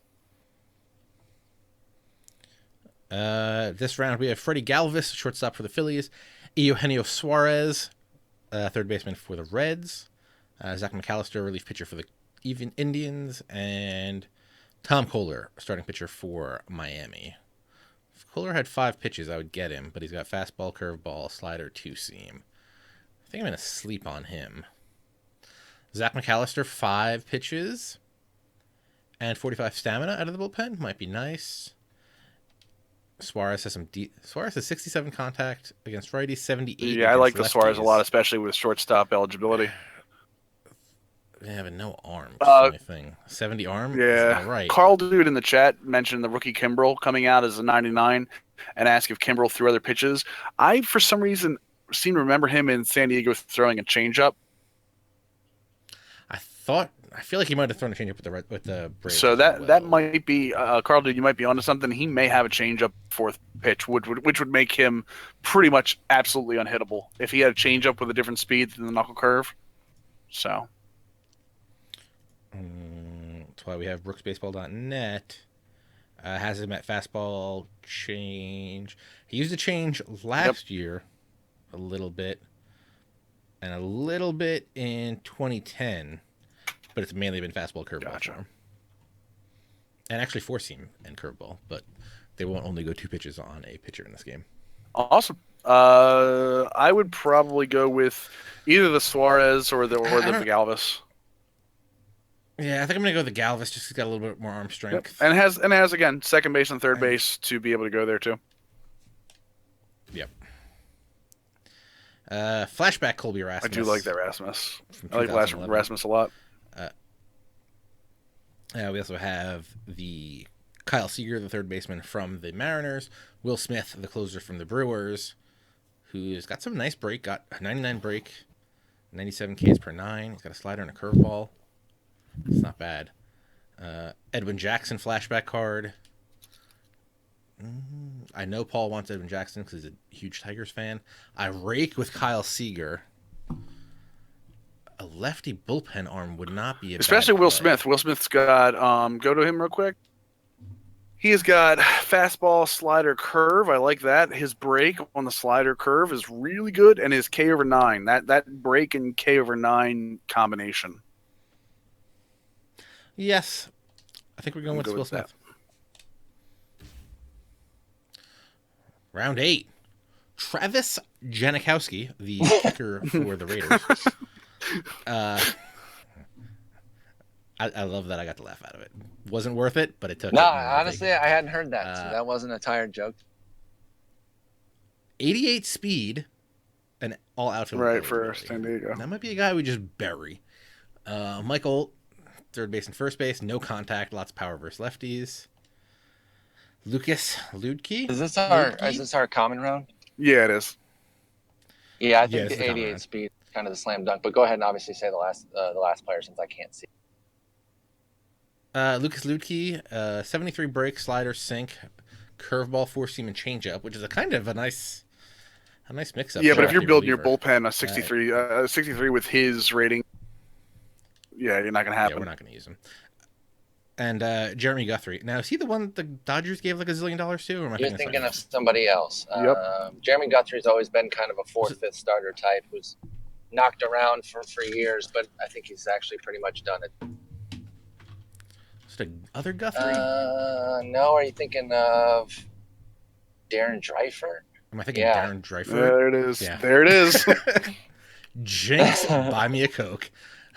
We're going Yeah, Travis just Jennings. a pinch runner late for one of our slow guys. That fourth inning, if you're going extras and you need somebody to just run, that'll be his use. But let's not forget we need to take him out of Oh yeah, definitely. So we are still looking for a center fielder. This round, silver round, we have Gregory Polanco, A-Rod, Kevin Jepsen, and Garrett Richards. Look, Garrett Richards, All right. if you need a starting pitcher and you don't have a lot to spend, Garrett Richards, kind of an animal. There's Super nasty. 90 plus break and 90 plus velocity for against Diamond Dynasty guys is pretty good. And the silver lining, no pun intended, since that's what he is that he's going to be stable because obviously he's out for the year now. His card isn't going to adjust, but it will adjust up sometime.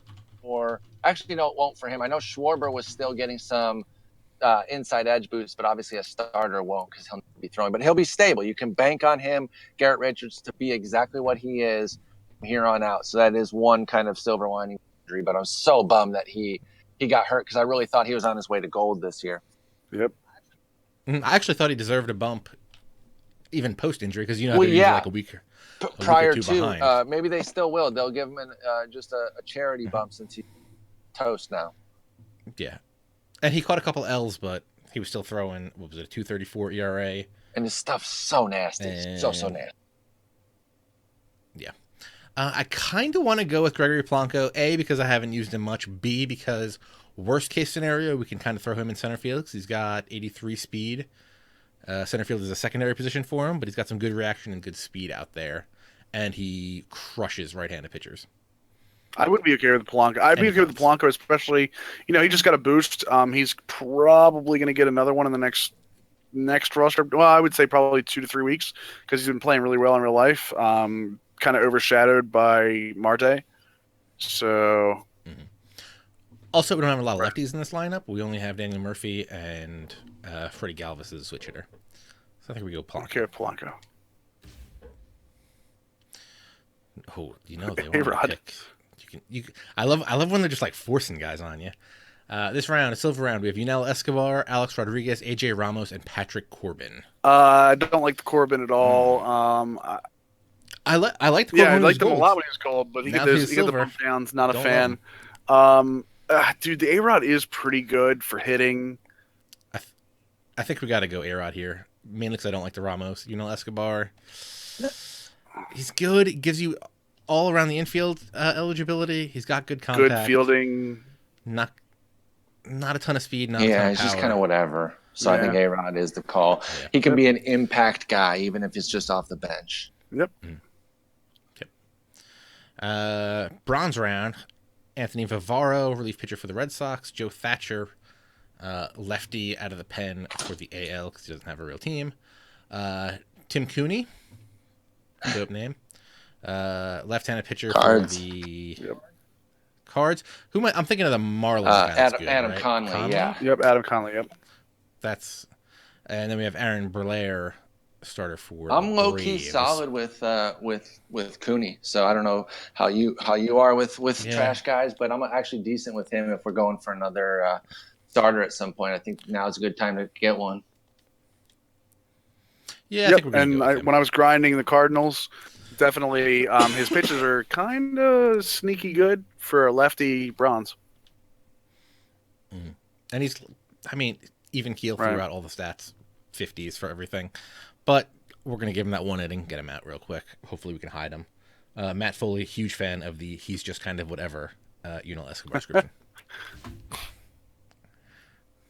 Next up, another bronze round. We have Randall Delgado, relief pitcher for the Diamondbacks. Ryan Dull, hopefully he's sharpening his name, for the A's. Brooks Brown, relief pitcher. I guess he used to be with the Rockies. And Chichi Gonzalez, who in the last draft we said we have no care for. Any of these got? We got velocity for Right, I Brooks was going to say the Brown. Brown. I know the 92 Brown's got velocity, and he's got velocity in his sinker too. So that's a possibility. Yeah. None of these guys are really exciting to me. I think Brooks Brown is the play to go. 92 velocity. Two-seamer, changeup, sinker, and slider. So that's the problem. Two-seamer and sinker, they essentially gotta move the same way. But just keep it low and in. We only have 2 relievers. I think we've gotten our whole lineup, and now it's just all pitchers from here on out. And the bench. Yep. Well, and remember, we're going to have an outfielder in place of Jankowski, too. Yeah. We do need unless we don't get anything better than Polanco, then we could always just Polanco. Right. Next up, bronze round, we have Tommy Lane, lefty reliever for the Red Sox. Shane Green. Shane Green, same difference. You know what? Doesn't matter. I'm not going to be picked on the team. Shane Green started for the Tigers. Drew Hutchinson started for the Blue Jays. And Chichi Gonzalez also not making the team. That's all right. Hutchinson's pick. 4-seamer, slider, circle change, 2-seamer. That circle change and 2-seamer for him look exactly the same out of the hand, by the way. Yeah, again, nothing really fabulous about any of these guys. I do like Tommy Lane has 5 pitches, slider being his main one, slider, 2-seam, sink, 4-seam, and a curveball. 80 home runs per 9. I guess that's kind 30 of good, right? 30 BB over 9, 46 control. You're going to throw one of those pitches right in the middle of the plate as a lefty. Yep. So we're going Drew Hutchinson. Welcome to the rotation. Here we go. Felipe Rivero, Sean Kelly. See, I knew there was a Sean coming up. Derek Holland and Erasmo Ramirez. Is Erasmo starter or reliever? He's starter, right? Starter, yeah. He should be able to. They should come up with guys that are hybrid. I don't know if it would be too hard to code it, but that'd be cool if they did, because he's definitely a hybrid. He's done both throughout his career, and that would make him more interesting. But obviously, that's hypothetical since it's not the case. So, who was the first guy you said? Kelly and. One of those is probably the right answer. Kelly's pretty decent too, but we do have Will Smith, so we don't necessarily have to primarily focus on a lefty. I don't know. I'm kind of feeling Derek Holland. I like the mix of pitches: sinker, slider, change, knuckle curve. Maybe I'm stuck on his real life and the fact that he sucks in real life. But yeah, this is that's the thing. Video game. And if you can utilize him well, then his real life obviously doesn't matter. I mean, Sean Kelly does have 94 break, 94 Ks per 9. And then that gives us 3 starters if we go with Derek Holland. We're going Derek Holland. 3 lefties. I like that too, because as which is funny. Chris mentioned in the last draft, a lot of guys tailor their teams to facing righties, and we can throw them off. You know, if they got that Grady Sizemore, he gets a huge hit against lefties, things like that. So I do like having 3/5 of the rotation be lefties. Mm-hmm.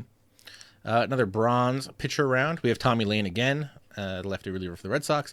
Bobby Parnell. Is Bobby Parnell tearing it up for the Tigers? Please tell me that's the case. Of course not. He's one of those guys. Matt Harvey should have just traded him after his first season because the Mets were going to ruin him. And you saw he got hurt like a million times. Relievers break down. Yeah, after his first thing, because the Mets have no training staff. Compare Bobby Parnell and Matt Harvey ever. Both throw gas. Both throw gas. I hate you. Wesley Wright, 2-seamer slider, 12-6, 4-seam, and a changeup. Not bad. Henry Owens would give us 4 lefties. Do it. Why not? If we want to do that. Did we do it? 4-seam, changeup, circle. I'm so sweeping curve right now. Sweeping curve. I was thinking slurve, but I'm like, no. I call it slow curve all the time. Yeah, right. It's always in my head that it's a slow curve, but sweeping. It should be. I agree. It should be slow curve though, because it is. I mean, they are slower. It's never that power curve like a 12-6 knuckle. Ooh, fire. Round 16. Silvers. We got Steve Cishek for the Mariners, Vinny Pastano flashback for the Indians, Nate Jones for the White Sox, and Pedro Stroop for the Cubs. Now, how would that be Stroop? I like Stroop a lot. Well, I'm not even gonna comment on Stroop. I like Nate Jones a lot. He's the pick here. I will say Pastano has a sneaky delivery in terms of his release point. Which is one of those things that people when they say tricky delivery, a lot of times you get that delivery that looks like it's coming from the shoulder instead of out from the side, and I think he's actually one of those. Honestly, Chris basically said exactly what I was going to say. That I really think it is Jones, but I would be down with the Pistano. I think he's a low key strong card. Yeah, Pisano's one of the ones I have on my Diamond Dynasty team, and I like him a lot. As you said, the windup's good. That slurve is like impossible to hit out of it. I do want to try out this Nate Jones, which is kind of why I'm going to take him here. 99 velocity, 99 break, 92 Ks per 9, and slider sinker, 2-seam. That sinker, 2-seam. Yeah, but that sinker, the one thing about for him, his 2-seam tends to tail, where his sinker is more of a side. If his sinker, if you put it at the bottom of the zone, people will swing over it all day. Yep. All right, bronze is another group of relievers since we have all our starters. Matt Thornton for the Padres, Mike Dunn for the Marlins, Chad Qualls for the Rockies, and that Trevor Dunn's Gott. pretty solid. Yeah, I was gonna say that I like the Dunn a lot. Yeah, the Dunn and the Thornton are pretty much the same, except Dunn's got better hits per 9 and Ks per 9.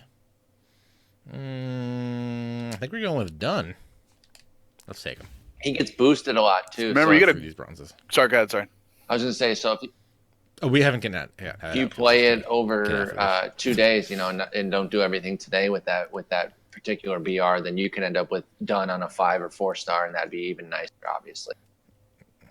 And we have a gold coming up too. Remember that we have a gold round coming up for something. So hopefully a stud outfielder. That could be our center fielder. Yeah, absolutely. Yeah. I'm not even going to try to pronounce this guy's name from the Rangers.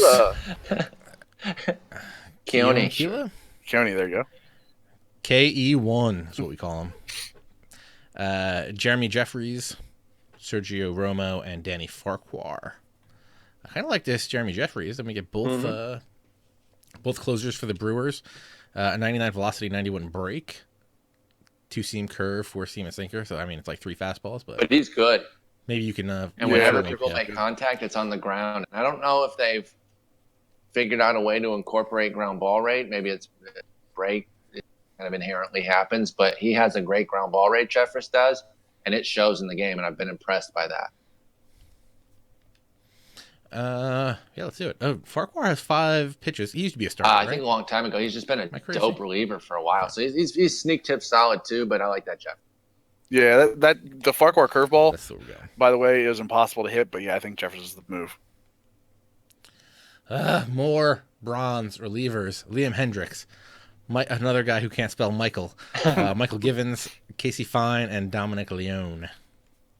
Dominic Leone looks like he has a dumb wind-up, so I kind of want to go with him. Givens, I'm fine with it. Givens is pretty dope. Yeah, the Givens motion on his pitches, the Casey Fine is overrated because of his walks over 9. His walks over 9 is like upper 90s, and everything else is kind of okay. So, yeah, let's go with this. Can't spell his name correctly. Michael Givens. Slap his mama too. More relief pitchers in the bronze rounds. Alex Wilson of the Tigers. How did he do tonight? I saw he was he got in the game. We lost. So what do you think? Cool. So we're not going with him. Randall Delgado, who we've seen already in this draft. Michael Tonkin, who can spell his name correctly, and Irvis Medina. Although I do like Medina. Medina has a sick off-speed pitch. I picked him up in franchise. Break, yeah. I think it's a curve. It might be a slider. Tonkin throws everything hard. Does. I feel like that could be a problem. That Irvis Medina is no joke. Yeah. I think we're going with Irvis Medina. Yeah, let's go with him. I like Michael Tonkin. Sometimes I worry when your relief pitchers have all power pitches. Like he's got the fastball, the 2-seam, the sinker, and the slider. Because if they get geared up, you can start getting crushed if you face the wrong someone who's a good batter, especially on heat. Oh, I know he was picking. So our bullpen ended up being our bullpen kind of sucks. We have Will Smith and Nate Jones. You get a lot of guys in the bullpen that are very specified. Yeah, it's very specified. So you can go through the entire bullpen. But so the problem is, if we get into some sort of long game, I'm mixing and matching, and then at some point I have Rich Brown. Yeah, and he's going like 4 innings. Alone. Right. Yeah. Round 21, got that gold round. We have David Ortiz, Fred McGriff, Yoenis Cespedes, and flashback Steve Finley. The outfield, right? Steve Finley. Yep. Steve Finley's got a ton of pop. Finley is a beast in this game.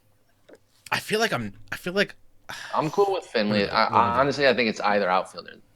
Right. I like Cespedes' arm Yeah. a lot, in addition to what he can do fielding wise. But the Finley might be too good to pass up. Here's Finley. Also Cespedes with these boosts is nice. Here's the thing: if we go Cespedes, I almost still might move Polanco to center and play Cespedes in right? with Cespedes' arm, absolutely, or yeah. Braun in right, or Braun in right. Braun's got Braun's got an average arm. Yeah. Left fielder, I meant, not lefty. Yep. Yeah, I would put him in. Who's our current right fielder? Polanco. And Polanco would move to center over Janikowski. Yes, let's get Cespedes. We have a very righty-heavy lineup, but still something we can work with here. But Cespedes, even though he's a righty, Cespedes is better against righties than lefties. Nice. Yeah. Round 22, Yonder Alonso, first base for the A's. Next up is the pick that we're going to make in this round. Jared Dyson, the right fielder for Kansas City. Danny Muno, second baseman for the Mets. And Jake Lamb, left field for Dyson's usually the auto pick. Yeah. I mean, we have Janikowski already. That's true, but Dyson's better. Yeah, again. Yeah, absolutely. You have Dyson. Dyson could come in and actually steal a bag for you, where Jankowski is probably if you had a double and want a guy to score. I do like the Alonso hitting, though. I'm not going to lie, with the vision. Do you get the Alonso, smack a double with Alonso, put on Janikowski? Or no, we're going Jared cheese Dyson. with Dyson and get him to second, and it's basically a get him to second, get him to third, maybe steal exactly. One pitch. Jared Dyson's our pick there. We don't have like a super Ute.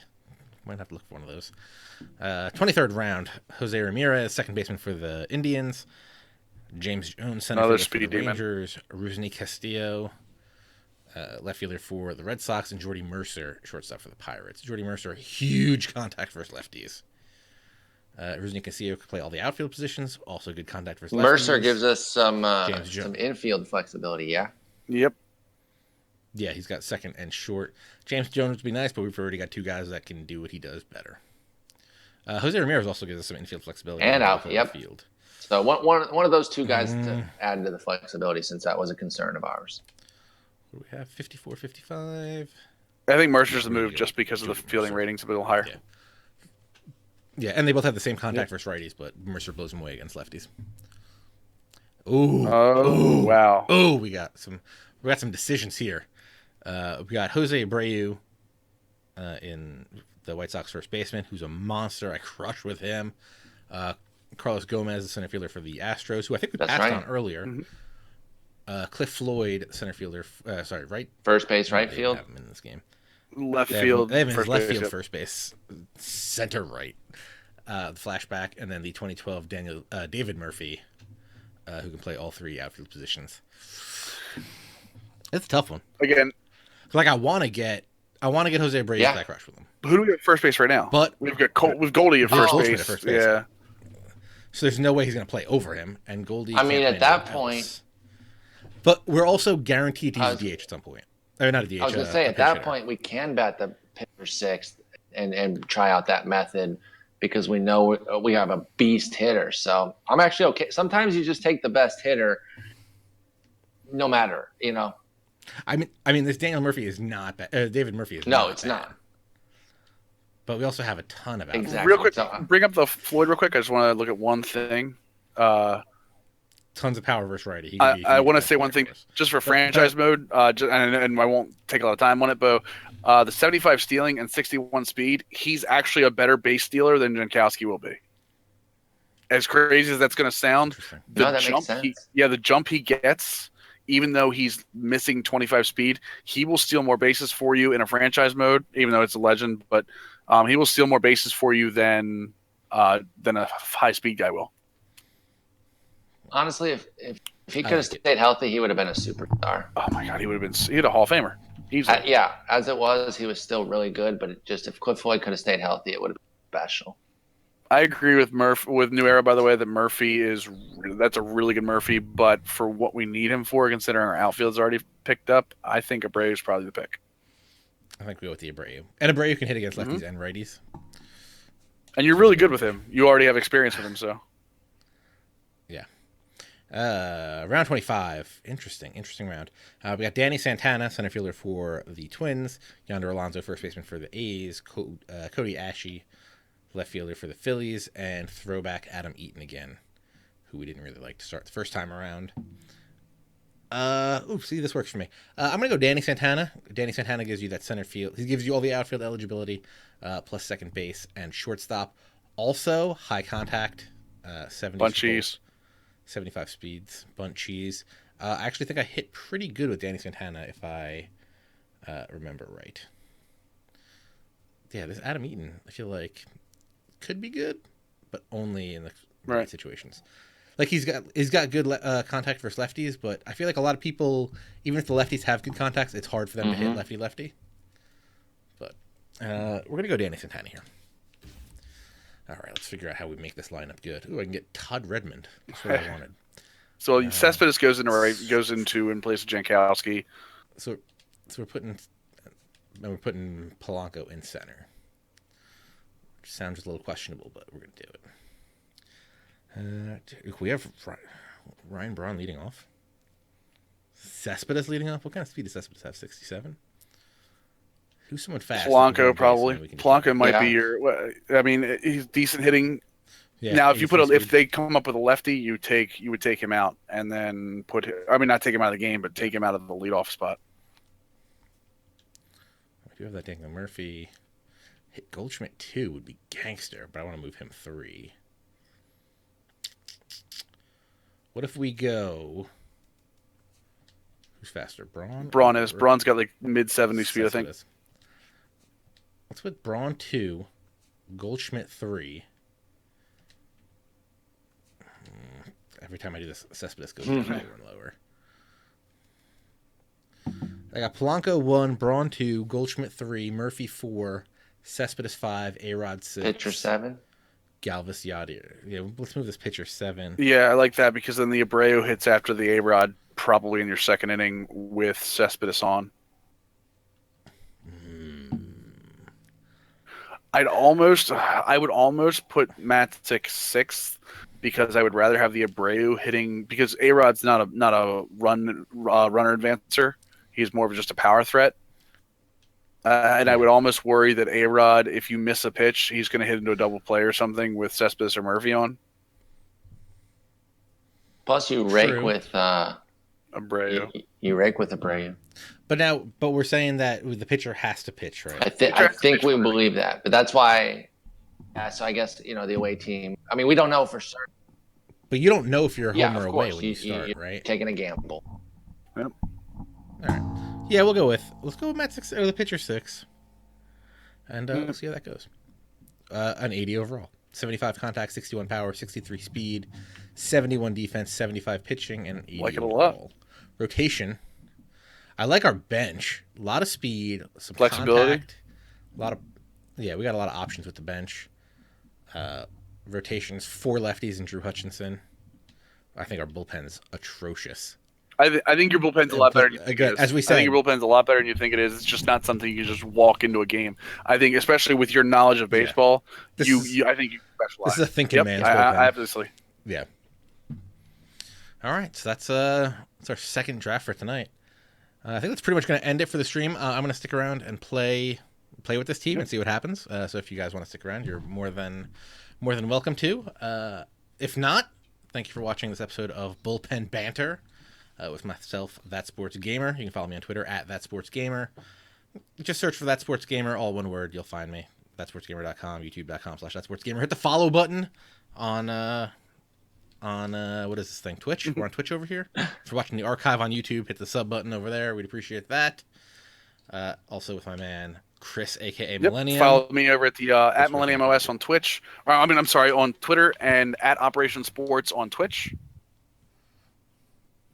And we've also got Paul Sporer, the greatest man in the world, writer of the SP Guide, Make sure you go to, what is it, the Correct. SPRag.com, It's I believe? updates all year too. So you got what I put in the winter, but also I'm sending out updates every week all year, except for last week.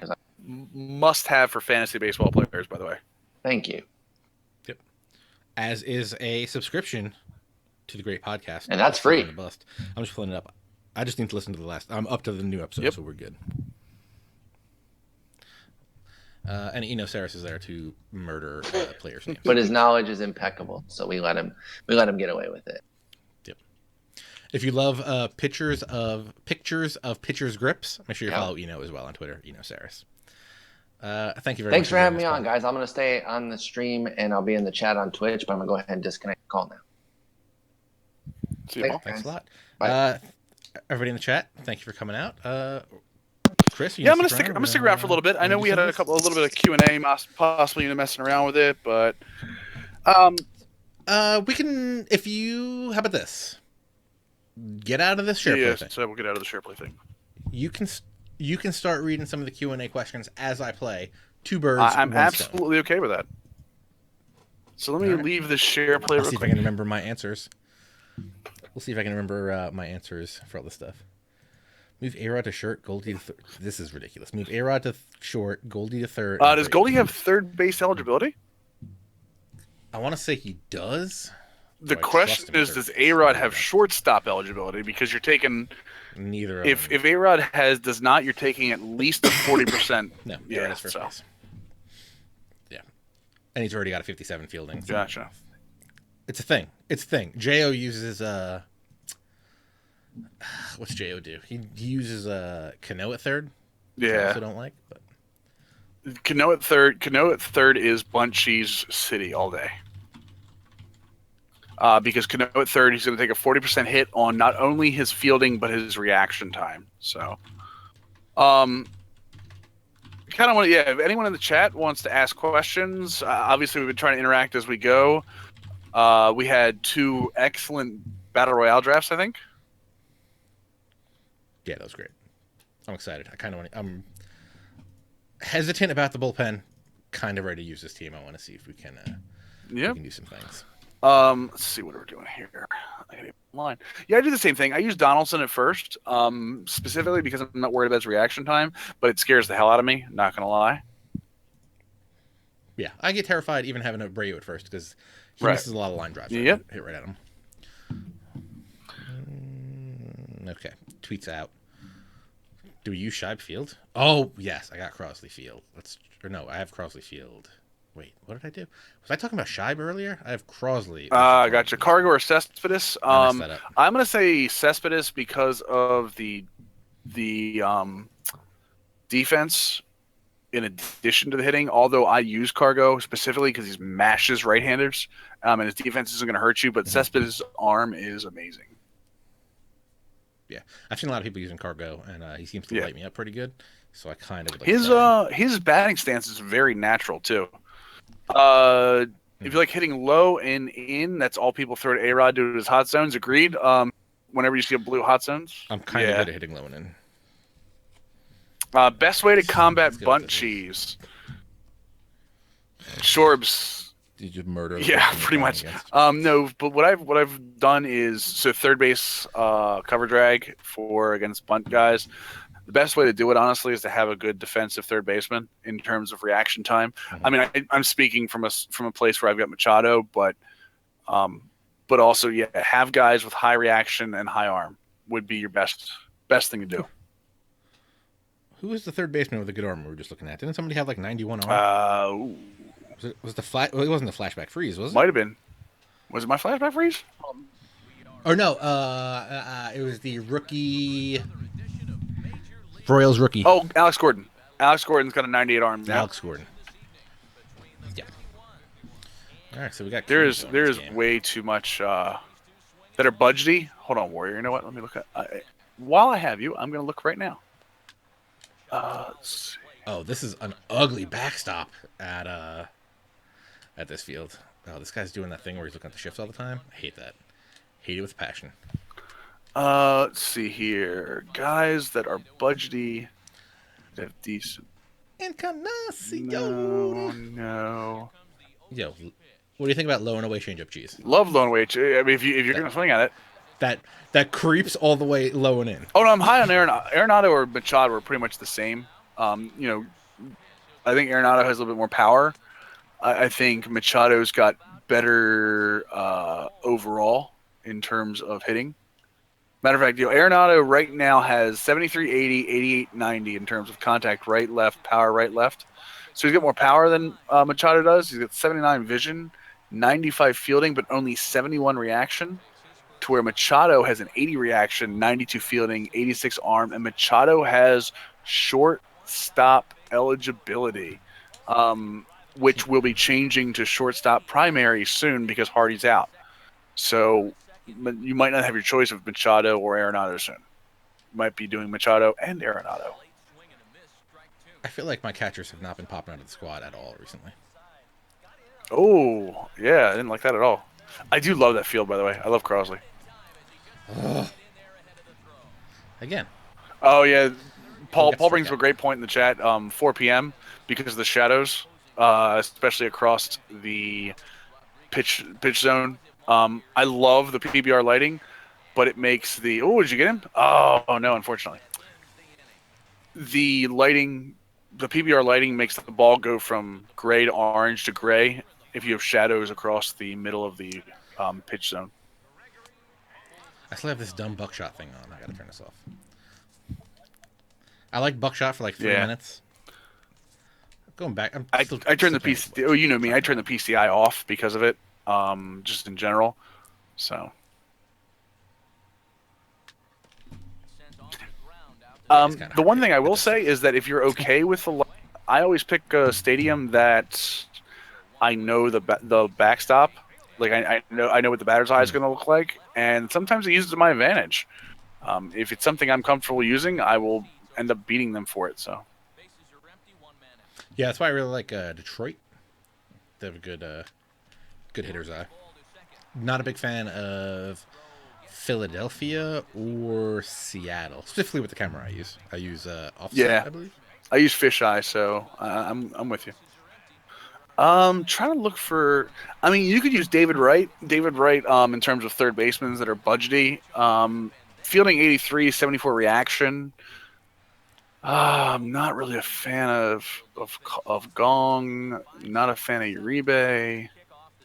Not a fan of Turner.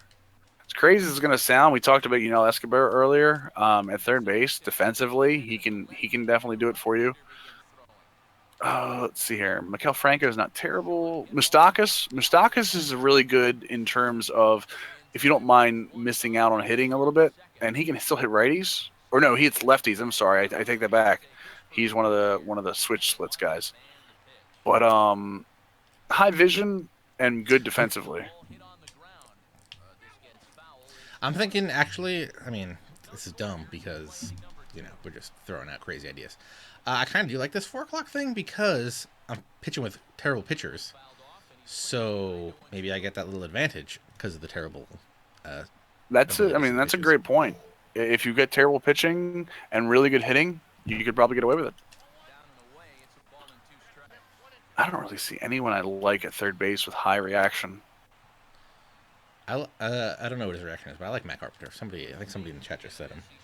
I've been ripping pretty good. Matt Carpenter, good. Reaction 63, fielding 73, arm strength 68.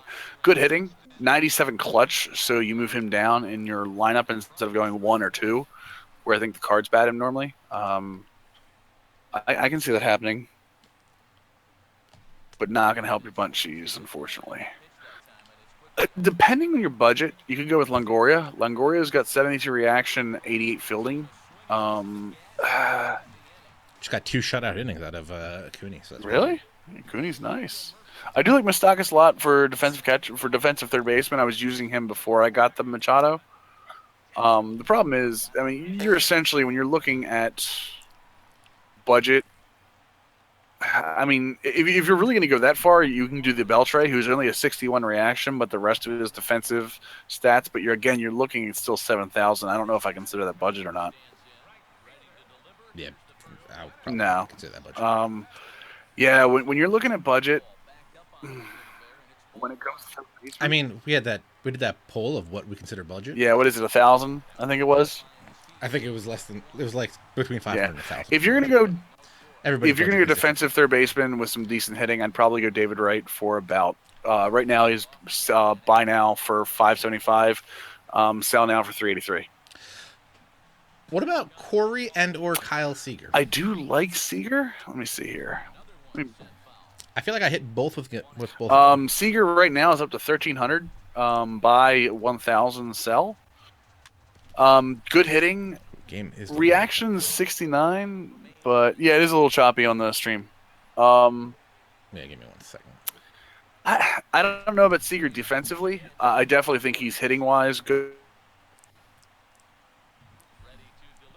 Hold on, I might have to restart the capture card. Hopefully, I can do something with Cespedes before we have to do that. And I don't hear Chris anymore. I'm just gonna keep fouling these off.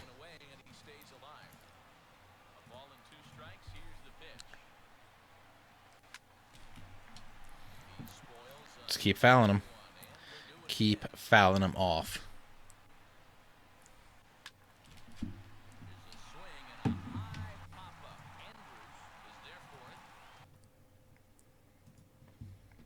All right, so let me refresh this capture card, and hopefully that will take care of the problem.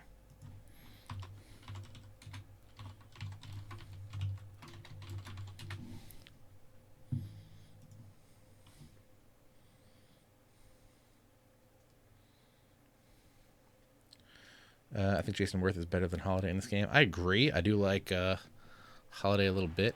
This guy, cheesy over here. 2 strikes on him already. Unbelievable. Unbelievable.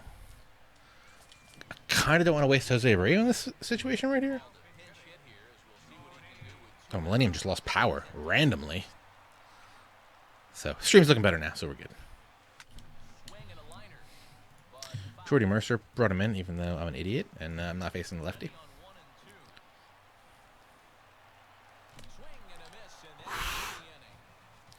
All right. Let me know if the game is still choppy or not. Panic Disco. Let's go Jeffries, work the sinker with him.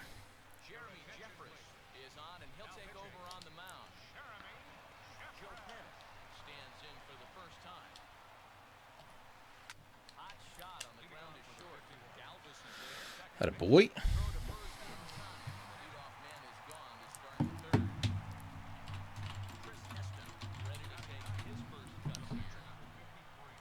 He's not taking that Chris Heston? All right. We can party.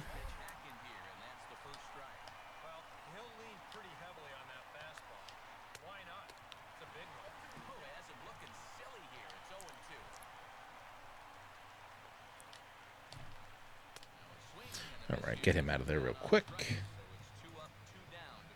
Yeah, Sun is a little crazy right now. Is Howie Kendrick as his catcher? Is that what they just said? If you're going to have Howie Kendrick as your catcher, I want to throw you curveballs in the dirt all game long.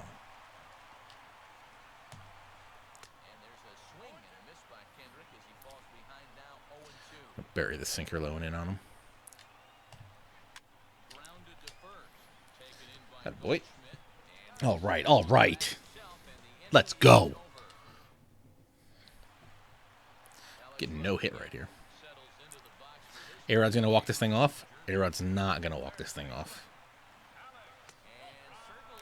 Aight, aight. Oh, terrible. I could have put Jody Mercer. Ah. See, if I didn't bat Jody Mercer. If I didn't hit with Jody Mercer, could have had Jose Abreu pinch hit for Galvis, put in Jody Mercer in the next inning. Urgh. See, I have one little mistake and just mess you up. Good hustle by Kemp on that one. I don't have a third base, so I'm going to put in for him. I never even got a backup catcher. This was a terrible draft in retrospect.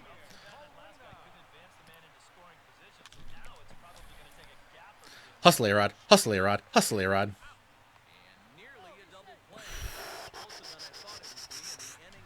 All right, all right. Now we got to be big here. The sun, not easy to hit with. Hey, look at that. I'm back. Welcome back. Jesus. 0-2 count to Polanco. Ugh, going to the fourth. We are going to the fourth inning. Good news is I'm going to be level 25 with my captain. Oh, nice. I think I'm 28 with Donaldson right now. Once I get to him, I think I'm going to do DeGrom, or, yeah, DeGrom next.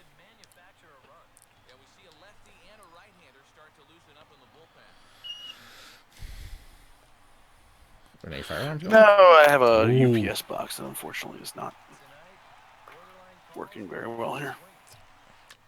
Wow, they just gave me a real not borderline. They just gave me a real outside pitch for a strike. I'll take it.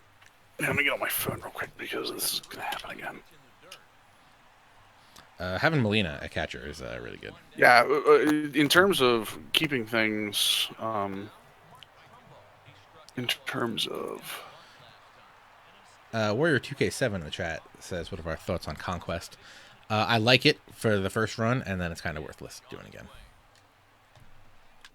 That's yeah. personally. I mean, it's a decent way to grind, too. You get that 10-pack bundle, right? If you finish it? For the first time. Yeah, Jeffers is going for a second inning. Or this might be like his third inning. He's killing him right now. I'm just hoping I don't mess up to A-Rod and hit a home run. Let him hit a home run. Give me a second. I will get rid of that in a second. That UPS almost more almost more annoying than your sleeping dog.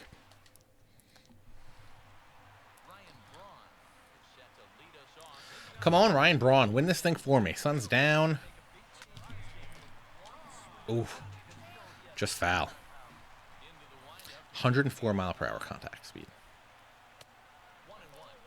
Yeah, never using this field again. I can't see anything out of the pitcher's hand. It's coming like out of the sun. Dinker. Dinker to the shortstop. Yeah, once you do Conquest, unlock all those missions, there's really no point in going after it again.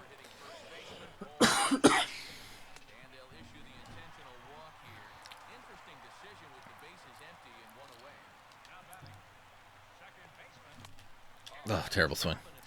Any chance they release a second harder Conquest? Yeah, we're going ballistic, Mev. Oh.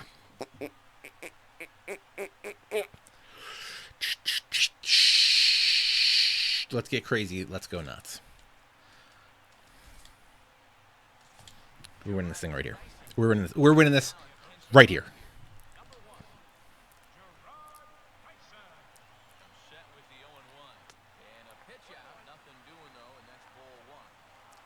We're going crazy.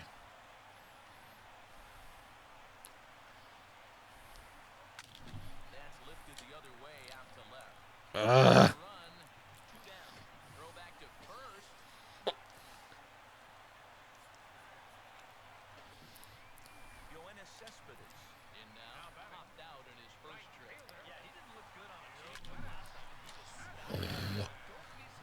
Get a little poke.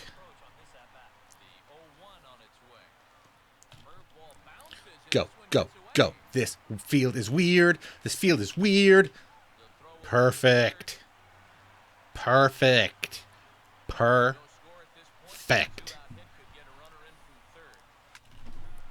Just give me a little poke. Give me a little poke.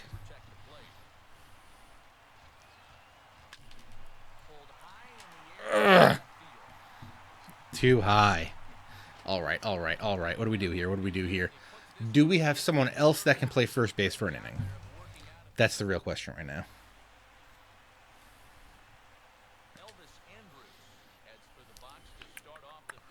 Substitution. Did Danny Santana have first base eligibility? No.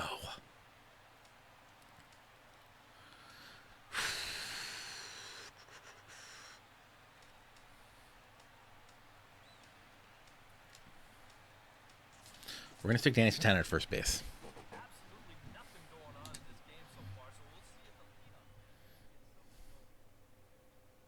Still no hits for me. That's the only thing I don't like about this Battle Royale. I feel like I can win a 9-inning game. These 3-inning games get real questionable.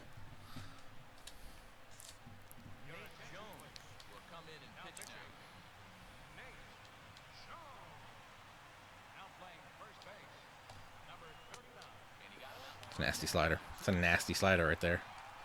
What's the sinker look like? Good enough.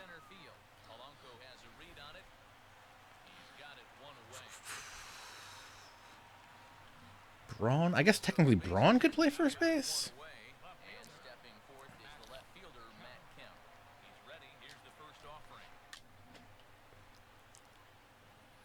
Don't drop it, Danny Santana. You're an outfielder. You should be used to catching pop flies. Like a good neighbor, Danny Santana is there. Oof, not where I wanted it.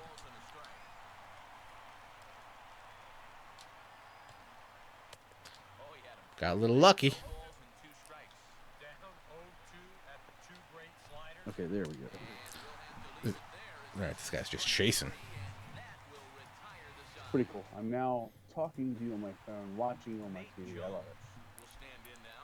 You're very low, FYI. I don't know if you saw the craziness. I put in Gerard Dyson to run for Goldschmidt. Then he got to third on a wild pitch. I just put Jose Abreu in to pinch hit, and they intentionally walk him. And A-Rod's going to walk it off, and we get the W. That's why you get an A-Rod.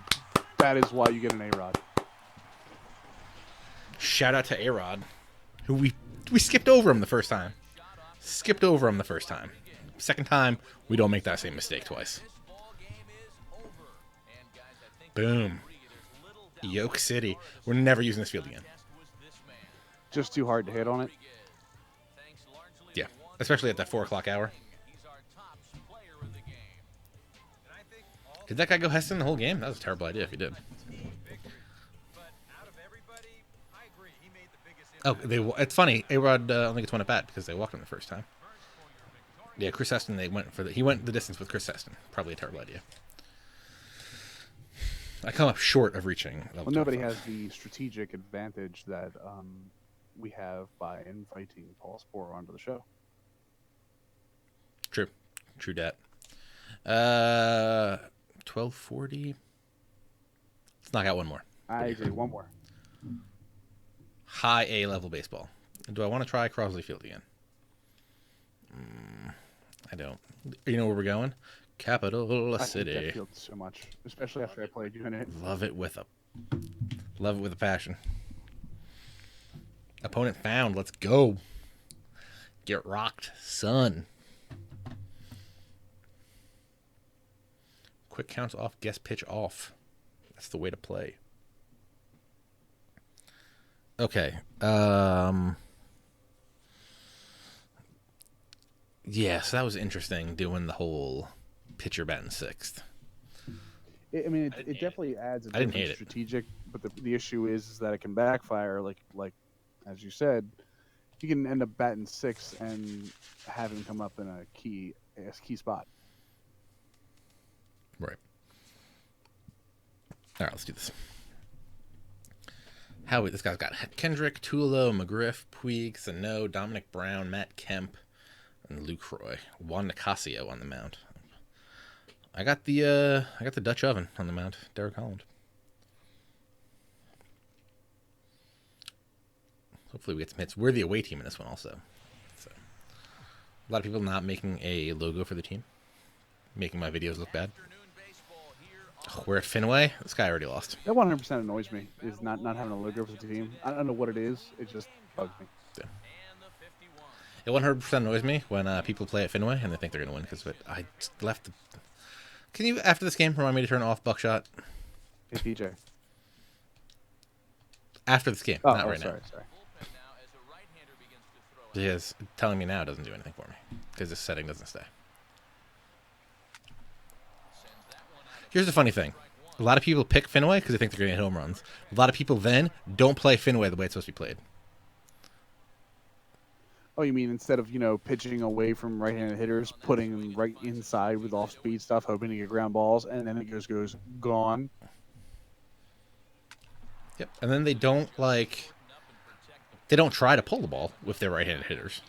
I mean, or they do try to pull the ball when I'm pitching away. Like right now, I have Gregory Polanco. I'm literally just trying to slap it off the wall. It looks like I'm behind on these pitches, but no, I'm trying to do the opposite. I absolutely love the away jerseys, by the way. The red with the gray. Kind of sick. Hold it. Yeah, a little Diamondbacks look that I was going for there. See, that was terrible. I really got to work on I'm pulling a lot of outside pitches, which is a bad idea. We're going to need a home run right here with Braun. Just got under it. And also hit it to straightaway center. Two probable problems trying to hit home run. All right, Goldie, smack one off this wall. Nope, gonna take one. First pitch breaking balls, gotta take him.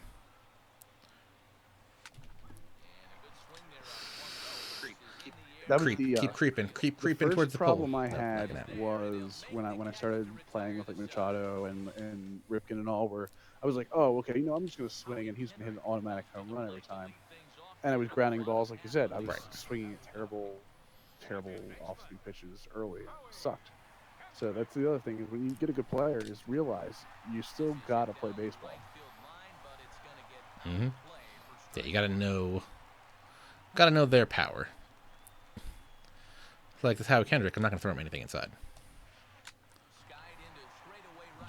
Like best case scenario, he'll hit one at pesky pole. Worst case scenario, he's hitting one to right field, which is kind of a pain at Fenway. But yeah, we're just gonna keep working. Sinker is low and away. Good thing we have Freddie Galvis patrolling shortstop.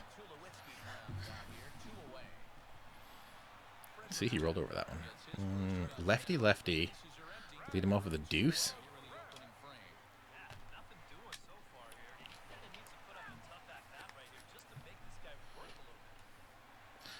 You think we're going to challenge Fred McGriff with a fastball up and in? I think you absolutely should. I think a fastball up and in, unless somebody's sitting on it, is one of the hardest pitches in this game. What if I do it twice? I love throwing the same pitch multiple times in the same place, like 2 to 3 times, just to see if they're really paying attention. Oh, I went for the low and away slider, which could have been a really bad pitch. Thankfully, he rolled over it and hit it at second baseman. Still nothing doing after one. I guess I should warm up a pitcher now. I do love these trying to bunch you, the little fake bomb on you to screw with the meter. Yeah, I really hate that. I literally hate everybody that uses that. What am I doing? I need to warm up someone, not pinch hit for Danny Murphy. Jeffers did good. Let's get Dunn warming up. I don't really like Dunn. 2 fastballs and a slider, but hopefully we're going to get a lead right here. Oh, I don't think it's going to be high enough. Not going to be high enough. Good line out to right center field. Or to right field, sorry. Yoenis, big fan of Fenway Park. Maybe he can do a little magic here.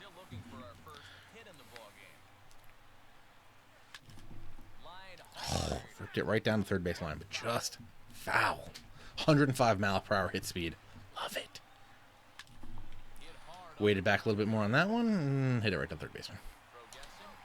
Not a fan of the way the guy's been throwing a lot of off speed up high. I know he started Cespedes with the high slider. Scary stuff to start doing against power hitters is leaving stuff hanging. Even if you get a decent rollover, you get a huge PCI bonus off of those high hanging curveballs and stuff. Hit a solid rope with Abreu coming in to pinch hit, but right out the left fielder. Hitting balls right on the screws. But that didn't went too fast. These guys aren't warmed up.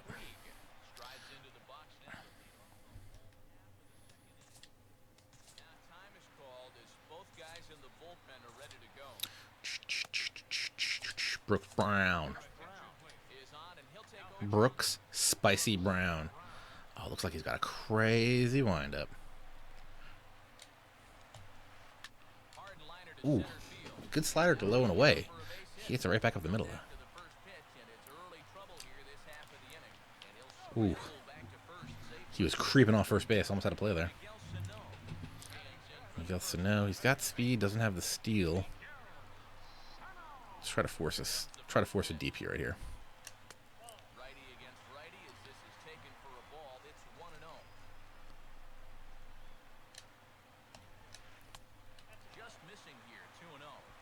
Oh, come on, Blue.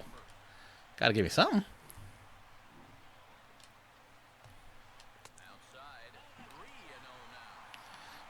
This ump don't want to give me nada. That windup, I can't even imagine what it looks like coming from the batters. Because I mean, it looks like he's throwing right across his body.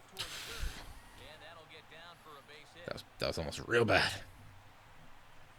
Okay, okay. I think we can still roll a DP here. What's their lineup?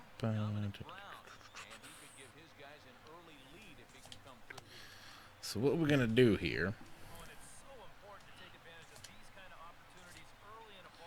I think we're gonna go lefty-lefty against Brown. What I want here is a pop out. Good call, because Brown matches right too.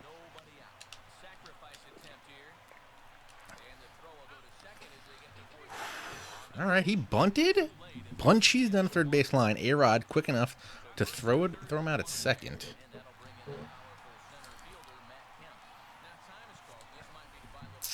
Real worried I'm not going to be able to get the double play here. Real excited that I'm going to pick this guy off. I don't know if this is a normal thing, but I got picked off at third base the other day, off a one-step lead, and then I picked somebody off at second base. It's almost like they tuned me a little bit, maybe. But I've been noticing a lot more pickoffs, especially with the one step. I've been noticing a lot of guys getting real risky over there for no apparent reason.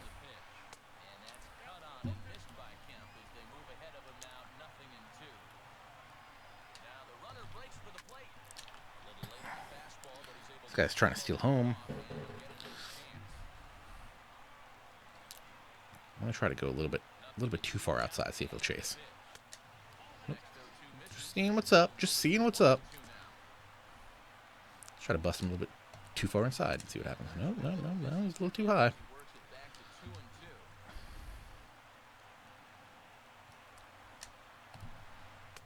Ooh, got him. Hit the slider perfect on the power and the control. Threw it right at his back foot for the strikeout. Gets out of the jam. Hey, A-Rod. You know what you could do for me right now? That'd be real nice. I have a question. So when you do meter, do you do max effort every pitch on Battle Royale? Not every pitch. Does that change? Usually when there's 2 strikes, I'll go for it. No, usually 2 strikes is when I go max pitch. Gotcha. A-Rod Oppo. Not enough power. Yeah. I mean, maybe you should do it more in Battle Royale, but I don't. I think it has the same effect because remember the fatigue is customized for 3-inning games too. So I don't think strategically it does changes. Yeah, it might kill him a little faster though if you use it here. That's my only worry. Agreed. I think he's going to go up and away to Yadier, and I'm going to try to slap it to right field. Or hit it right up the middle. That's... Hit it off the pitcher, kicked off his foot, went straight up in the air, and the shortstop made the play. After I make a beautiful read. Beautiful. He's going up. I'm going oppo for the homer. Yeah, the other problem with that is the only other problem you're seeing the Molina issue is 10 speed. Yeah. It's funny because he hit a little dinker to the second baseman before and was able to beat out a double play.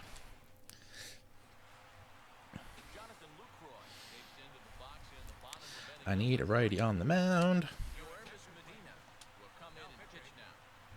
Who does he have in right field? That was, because that was a pretty decent shot. Puig. Not a great outfielder. I mean, not crazy speed. I mean, he's got good arm strength, but not great reaction or anything. I was amazed he got to that. Right.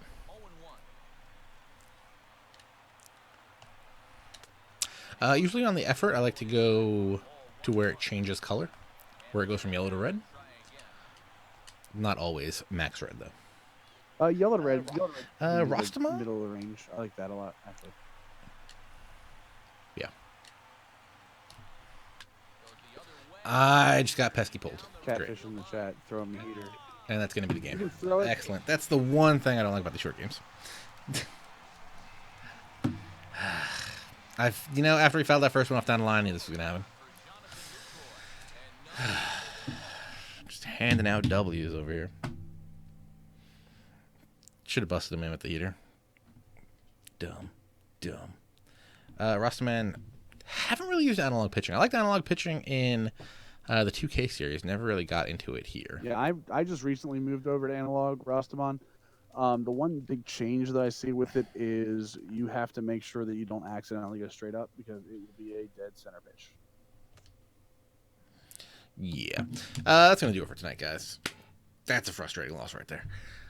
Thank you guys for watching. Appreciate it. Next Monday night, back here again, 10 p.m. Eastern, doing Bullpen Banter. I think we got to figure out a guest for that.